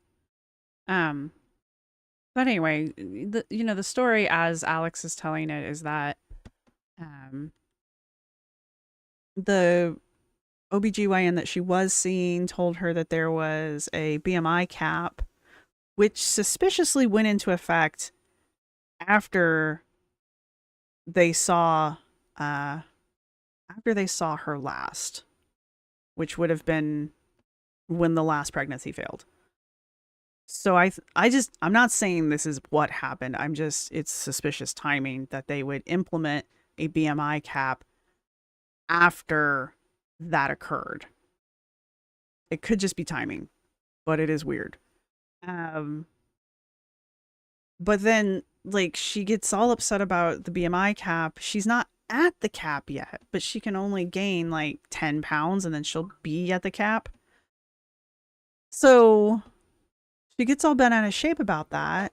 And she just starts going on about fat phobia and how she's being discriminated against and how this is just a denial of health care. But the doctor gave her the name of a place that will be able to help her even at her heavier weight, because they're the ones who have the facilities to take care of her should something tragic happen. And she's like, they just turned me away and left me high and dry. Bitch, they told you where to go. So then apparently she went home and had a breakdown and decided to start searching on her own for some place and found a place where she's going now. She didn't say where, and I don't care, but it doesn't sound like it's the place that she was recommended to go to. And instead she's going to some place where the midwife told her BMI is just a bunch of bullshit anyway, which is exactly what she wants to hear. And apparently they're going to go forward with everything there. So, good luck for reals.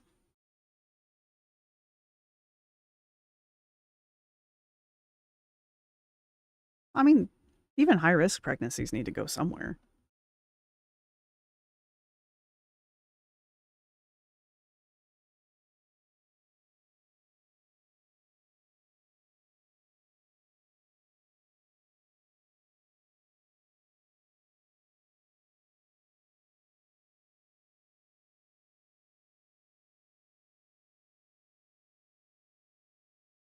Okay, Buns. People being very strict on how they give birth, and then they get so one-track minded that it destroys them when plans change. Yeah, I mean, the baby's got other plans. I'm just putting it out there. Kind of a thing. And,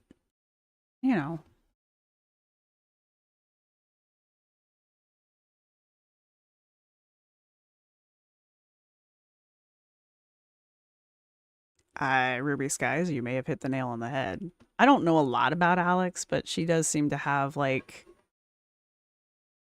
what was that girl calling it? Sad beige moms? Like, she strikes me as a sad beige mom who's gonna, like, start spray painting her kids' stuff in beige colors because it fits her aesthetic better. Like, the baby's not a person to Alex, it's an accessory. And it's just an accessory that she's wanted for a long time. And since you can't just go to the store and buy one, you gotta make one yourself. I think that's just kind of how it feels.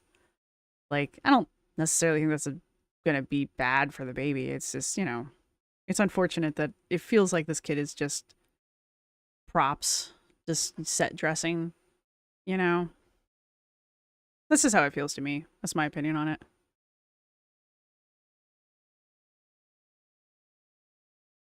Yeah, Whitney Boo.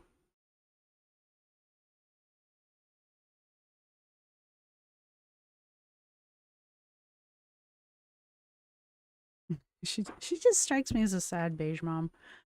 Or that she's going to be a sad beige mom. This is the other one that I'm going to be reacting to. I have a list, by the way. What is this one? Influencer Insanity. This is Anna Alonso.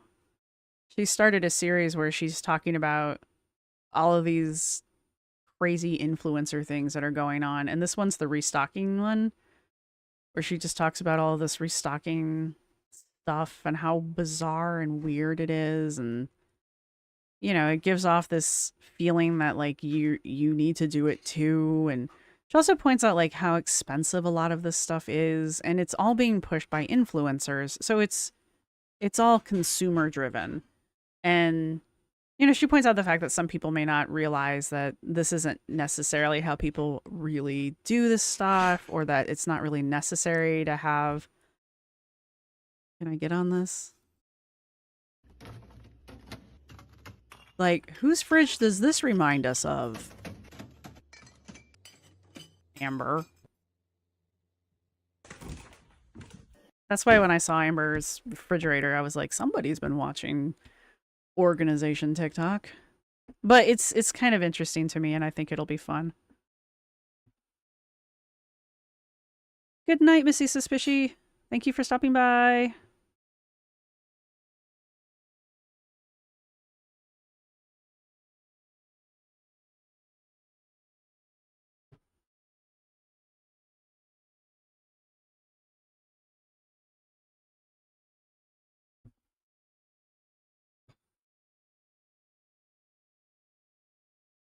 Jeez, you're a champ, Liz.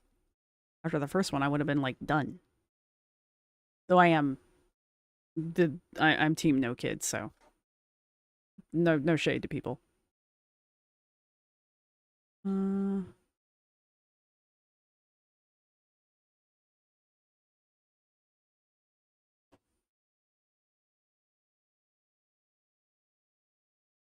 Chicken, yeah, it's like playing store when you were a kid. Yes.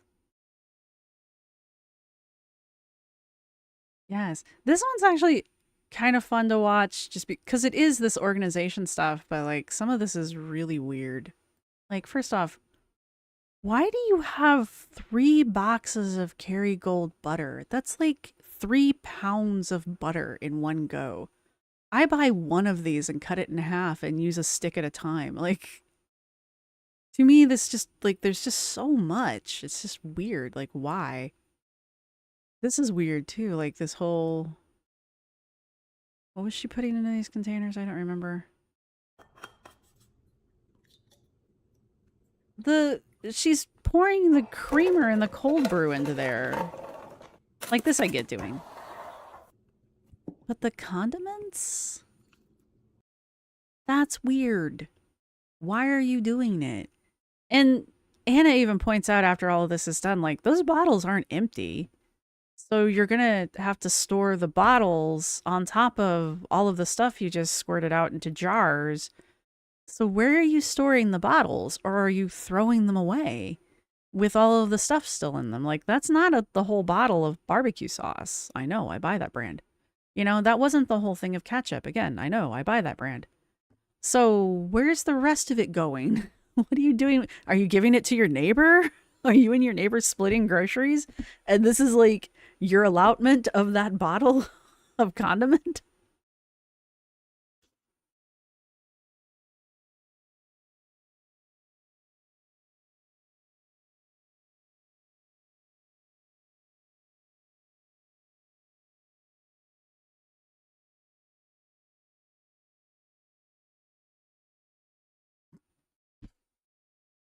You guys are having a fun conversation over here. Right, exactly. The squeeze tops. Why would you put them in from a convenient container into a non-convenient container? Now you got a dipshit in there. Just, like, why? It's weird. Like, why? Why do you have a separate container for everything? Like, I mean, some things you do have to keep separate. Like, you got to keep your potatoes and your onions separate or they'll make each other rot. That I get. But, like, what's the deal? What did the lemons do? Why does the apple have to be by itself? Like, why are we punishing the avocado? What's up with the strawberries? First off, that's the, like, absolute worst container to keep those in. They're just going to rot. You know? I don't know. I don't believe for a second anybody actually lives like this. And that's kind of Hannah's point here. But at some point, somebody did do this. So what's going on? Like, is this like your show fridge? When do you use this produce? Like, it's very strange. Yeah, exactly. Common sense. This bottle does not meet my aesthetic. And what are they supposed to be like? Oh, gee, thanks for this half-used bottle of condiment. And then there's this lady who's like, my friend's coming to stay for the weekend, so I have to like restock. I have to restock my bathroom drawer because they only use organic products or something weird like that. Like, who does this? How long is your friend staying? Why do they need 3 bars of deodorant? Why do they need full bottles of, I use The Ordinary. Why do they need full bottles of ordinary product? Like, I would, if I were going someplace, I would be taking my own products with me. That's weird. Oh, no shit. There's rain expected tomorrow, huh? Crazy talk. You know, it's just, like hand soap. Like your own personal little bar of hand soap, or like, you know, maybe some travel bottles of shampoo. I get that. Like, that's, I go to Airbnbs all the time. I went to an Airbnb and they had all this crap going on. I'd be like, what am I supposed to do with this? Because once you open this, what are you going to do? You know, your friend, how long is your friend moving in? It's weird. It's weird. And then this person's purse. Don't get me wrong. They have a lot of cool little doodads and devices and things, but like, why? How heavy is your purse? Hi. What's up? What can I do for you? Did you come in and now you're cold? Hmm? Did you come in from outside and it's cold? Did you need your butt rubbed? Scratch, scratch, scratch, scratch, scratch. Scratch, scratch, scratch, scratch, scratch. Oh.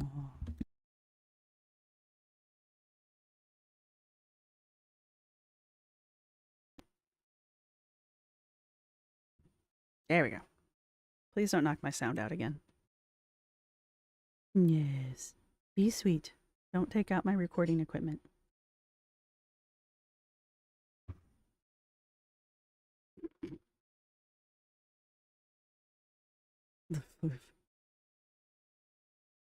Somebody was making an image. I think they shared it on TikTok, no, Twitter. I need to get back on there because it was actually really fucking hilarious, and I need to ask them if they'll let me use it. I really kind of want to put it on a t-shirt. It said that stupid circle and like the avocado and the avocado seed and a bloody knife, and it said, but first I need to eat. And I was like, yes, perfect.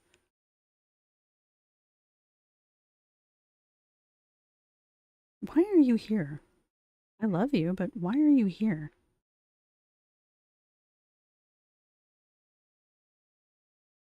Haha. What else have we got here? But yeah, I just thought this would be kind of fun to look at. The next one that she does is about the Stanley Cups, which for the longest time I thought we were talking about the Stanley Cup. I didn't realize there was like a literal cup called Stanley Cup. So I was very confused there for a minute. I'm genuinely concerned for us as a society that something... Same. Yeah, apparently there were like riots in Target over these. Why? What is wrong with you? It's a cup. It holds water. It holds liquids. You know what other things do that? Other cups. Don't get this. And now every time I see somebody walking around with a Stanley Cup, all I can think of is, why? I can't wrap my head around it. But yeah, so I don't know. Each one of these is a different topic. Like this is the sad beige moms of TikTok. A child can retain information. Going back to the toy animal example. Like Feeling on one of my trees that I could easily fix. It was almost time for the moment of truth and to see how it all looked together. After She literally bought this and spray painted it beige and other dark earth tones because it fit the aesthetic better. And this is for her toddler. You know what that kid's gonna do? Chew that shit off. There's a reason why the plastics, when you buy plastic toys for kids, that they're not painted.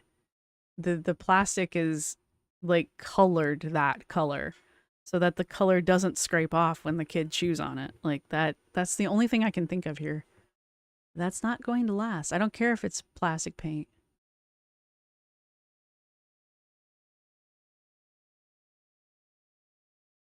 Now, to be fair, I had toys like this, and I loved them. Like this person is spray painting this roller coaster thing beige, and this is the kid's room. It reminds me of schoolrooms that I used to go to when I was very little. I went to Montessori schools, which is a whole other thing. But just like these like severely organized and everything's like beige or very light pastel or stuff like that. Like crazy talk. I don't think it's as awful as she's making it sound, but wonder why. Stay at home indoor gym. I love this little rock climbing thing here. I don't know. I don't think there's necessarily anything bad about having beige or natural colored things. I just think like spray painting something so that it fits your aesthetic is probably not the best idea if you have children who are teething.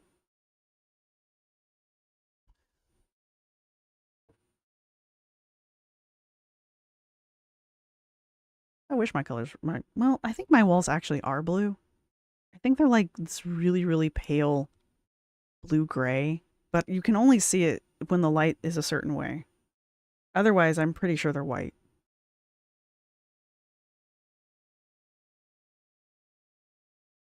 Chicken, you got a super old one from Goodwill? I mean, I got nothing against it. It's just like, knowing what I know about the Stanley Cup now, I'm just kind of like, why? Why do you want to be like every other person?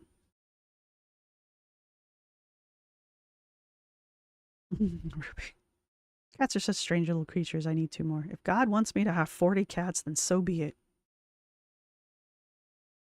Corky Butts, yes! I was like, I mean, I like hockey, but why are we all talking about the Stanley Cup suddenly? Oh.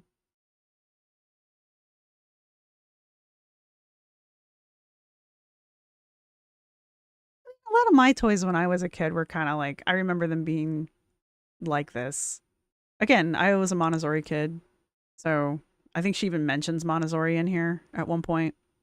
It's a totally different way of teaching, and it's probably why I'm the way I am. So, there, you know, take that how you will. But so I don't have anything against it. It's just she took it from this. She took it from this to to that. And literally all I can think is your kid's going to immediately chew the paint off. When my first nephew was born, my partner 3D printed a rattle shaped like a morning star, like an old medieval morning star, and it was the cutest damn thing. And I painted it because we were like, I'm going to give this to my new baby cousin, nephew. I think it was his first birthday or something like that. Anyway, I spent a day painting this damn thing and researching paints to make sure it was like something they could chew on and drool on and they weren't going to get sick from it. And, you know, and I painted, it was a really cool thing. And it was a really neat thing. And everybody loved it. And even the baby loved it. And the first thing that kid did was chew every piece of paint off of it. And my brother was like, thanks. And I said, well, I mean, it's non-toxic, at least. So, but yeah, so when we made toys for them again, I didn't paint them. We just printed them in color. It's like, no, we're not doing that one again. Except for the little Viking men. Those we did paint, but they were much older at that point. They weren't chewing on things. All you remember from Montessori is making toast? I remember a lot of things from Montessori. I don't remember making food, but I was very young.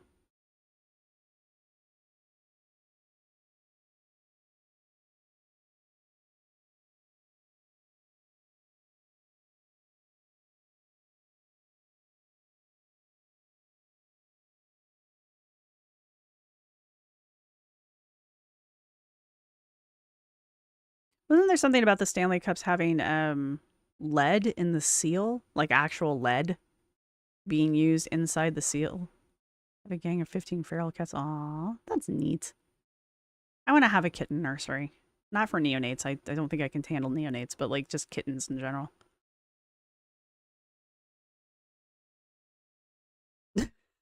Goonerette. I was like, wait, we had the minging discussion. It's funny.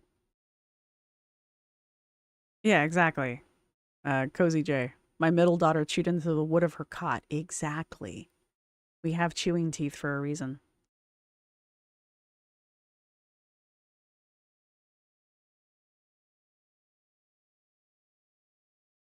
Toddlers and dogs have a lot in common.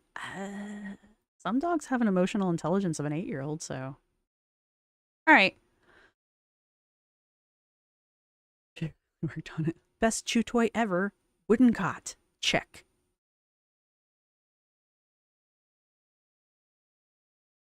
Okay, Buns. See, that's why I want a kitten nursery. I want to be the next kitten lady. But I live in an apartment. But I'm moving. There we go. I will be moving. Okay, 2 things before I log off. You know, now that we're here at the very end. I'm going to be moving soon. Knock on wood. As long as nothing goes wrong. To a nice 2-bedroom. Can't wait to get there. Because one of the bedrooms is going to be turned into a recording space. So hopefully things will look better. Because I have like all of these like photography lights and things like that. So I'm going to get that set up.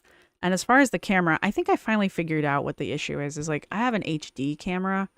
So like the quality's not crap. But everybody else is recording in 4K. And I think that's the problem. I'm like, why isn't my video as sharp and as pretty as this? Because this is 4K. And what I'm recording in is just HD. So now that I know that, I'm a little bit less worried about it. But I think I am going to be shooting for like a 4K camera later on in the year. So yeah. So that will help improve filming and all that too. Plus having a nice little room where I can kind of like quietize things. So this mic does a really good job of picking up sound and canceling out other things. So not too concerned about that. But probably less interruptions from the cats. I'll have to go get them and have them do a little onesie and then toss their butts out so they quit knocking my mic over. But the other thing with the car. So my 20-year-old Volkswagen finally decided to die on Friday. The engine fell off, the brackets, the engine mounts broke, and the engine fell through the car. And when it did that, it took out the transmission and the coolant system. RIP Volkswagen. So my partner found a Nissan Leaf, a 2019 Nissan Leaf in Jersey. So Monday we spent the day trying to buy the car in Jersey, and that was a 4, almost 5-hour ordeal from start to finish. And then Tuesday, the car wouldn't charge. It's Tuesday. Yeah, today's Wednesday. So that's why we didn't do this yesterday, is because Tuesday we spent the day, most of the evening, driving around trying to find a fast charger for the Leaf so that we could charge the car because it had like no charge on it. And the slow charger wouldn't work. Fortunately, after doing some stuff, Googling some shit, we found out that there's some stupid ass setting that you have to turn off that basically limits the charger. And it was set on the slow charger. And so because of that, the car wouldn't charge. So we turned that off. And as soon as we turned that off, we were able to plug it into the slow chargers that we found. And we let it charge for about 2 hours. And it got up to 63% in 2 hours. So that was great. So the car is not a lemon, which was my biggest concern yesterday. So that's why we didn't do this yesterday, because between trying to figure the car out and just in general, the stress of everything, I was just like, this is not happening. So that's why we're doing this today. Normally I will do this every other Tuesday, but there you go. That has been everything that has been going on. The new apartment and the new car. The car is settled, so that's nice. That's all been taken care of. The apartment, I mean, I'll be the happiest when we actually sign the lease, because we haven't done that yet. But when that happens, then I will be more excited, because then it's real. You know, right now it's just like, well, there isn't a reason for us not to get the apartment, but we haven't signed a lease yet. So there's that. Yes, Stevie Ray. There is a learning curve on the fully electric car. I do like the car. It's a really pretty ruby color. What did he tell me the name of it was? I think he said it was like Ruby Ember or something like that, the name of the color of the car, which I'm just like, ooh, fancy. It's a hatchback, so it's got a butt ton of space. It's fully electric, and now that we know how to charge it, that's nice. It is quiet as hell when it drives. Like it makes no noise, and the cabin is pretty well insulated, so there's no outside noise either. So that's really neat. So yeah, the new car. Enjoying the new car, and I'm glad we were able to get it because we were down to one car. Lee says all I remember from Montessori is that my chair was the yellow pentagon. That's fair. All the cups that are insulated have a lead disc in the base. Why? They used a lead-based product that is affected if the seal is broken. Why is there lead in it in the first place? Talking about the Stanley Cups again. Sorry to be all over the damn place, but this is just another sign that I need to wrap up. You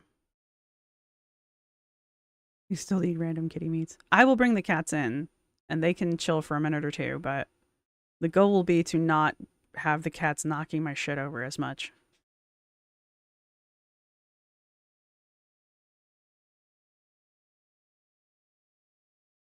Oh, are you going to play Phasmo? Oh, I love Phasmo. I haven't played it in forever, but Phasmophobia is awesome. That one and, what's the one where you're going into the Egyptian tombs?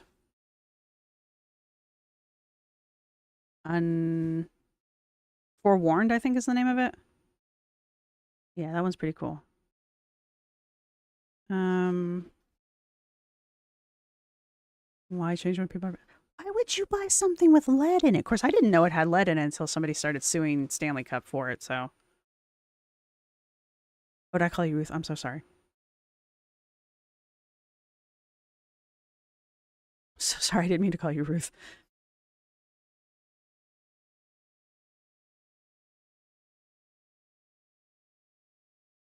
They couldn't figure something else besides lead out?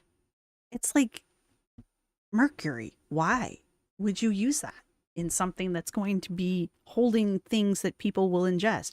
I say as I drink out of a plastic cup. So I get you, but this is not lead. Yeah, I wouldn't knowingly buy something with lead in it. So now you got all these like girly pops, all these TikTok girly pops wandering around with drink cups that have lead in it that are just waiting for the seal to bust. Great. That's going to end well. The crochet first.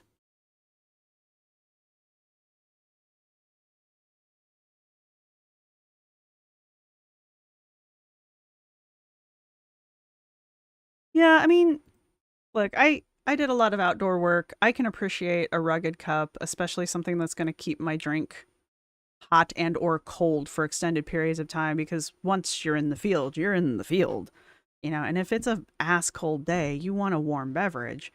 And it's nice if it doesn't leak on everything too. So I understand wanting to have a cup that does those things. But these are not people that have that issue. These are not people who are buying work gear. They're just buying an aesthetic. And props to Stanley for breaking the code and getting their cups sold on TikTok like that, because that was a masterful move on Stanley's end. But A, lead, and B, like, you don't need that. Like, weirdos.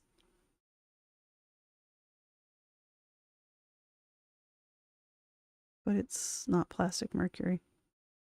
What? Hang on.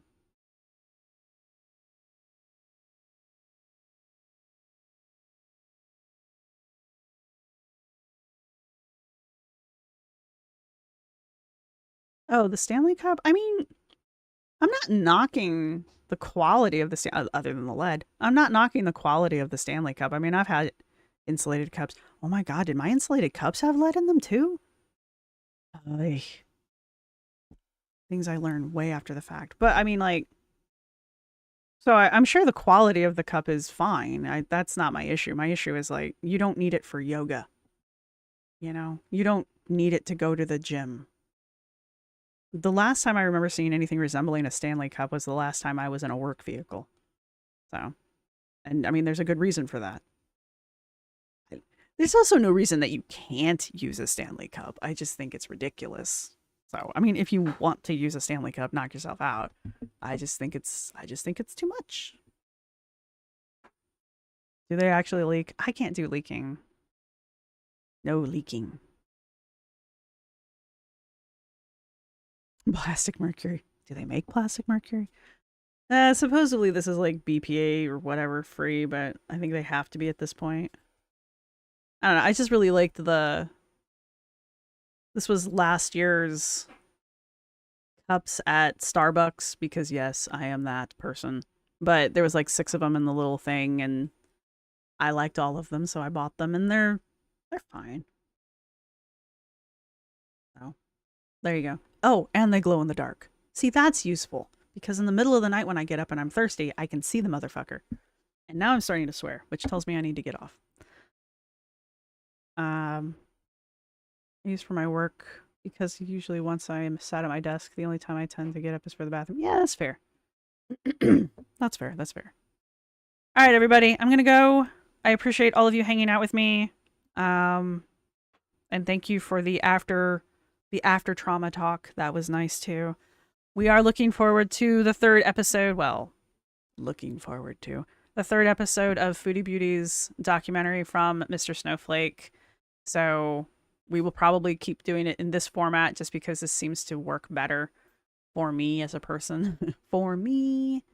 So I hope all of you are enjoying this. And yeah, I will talk to everybody in the next one. Thank you all for coming. Bye.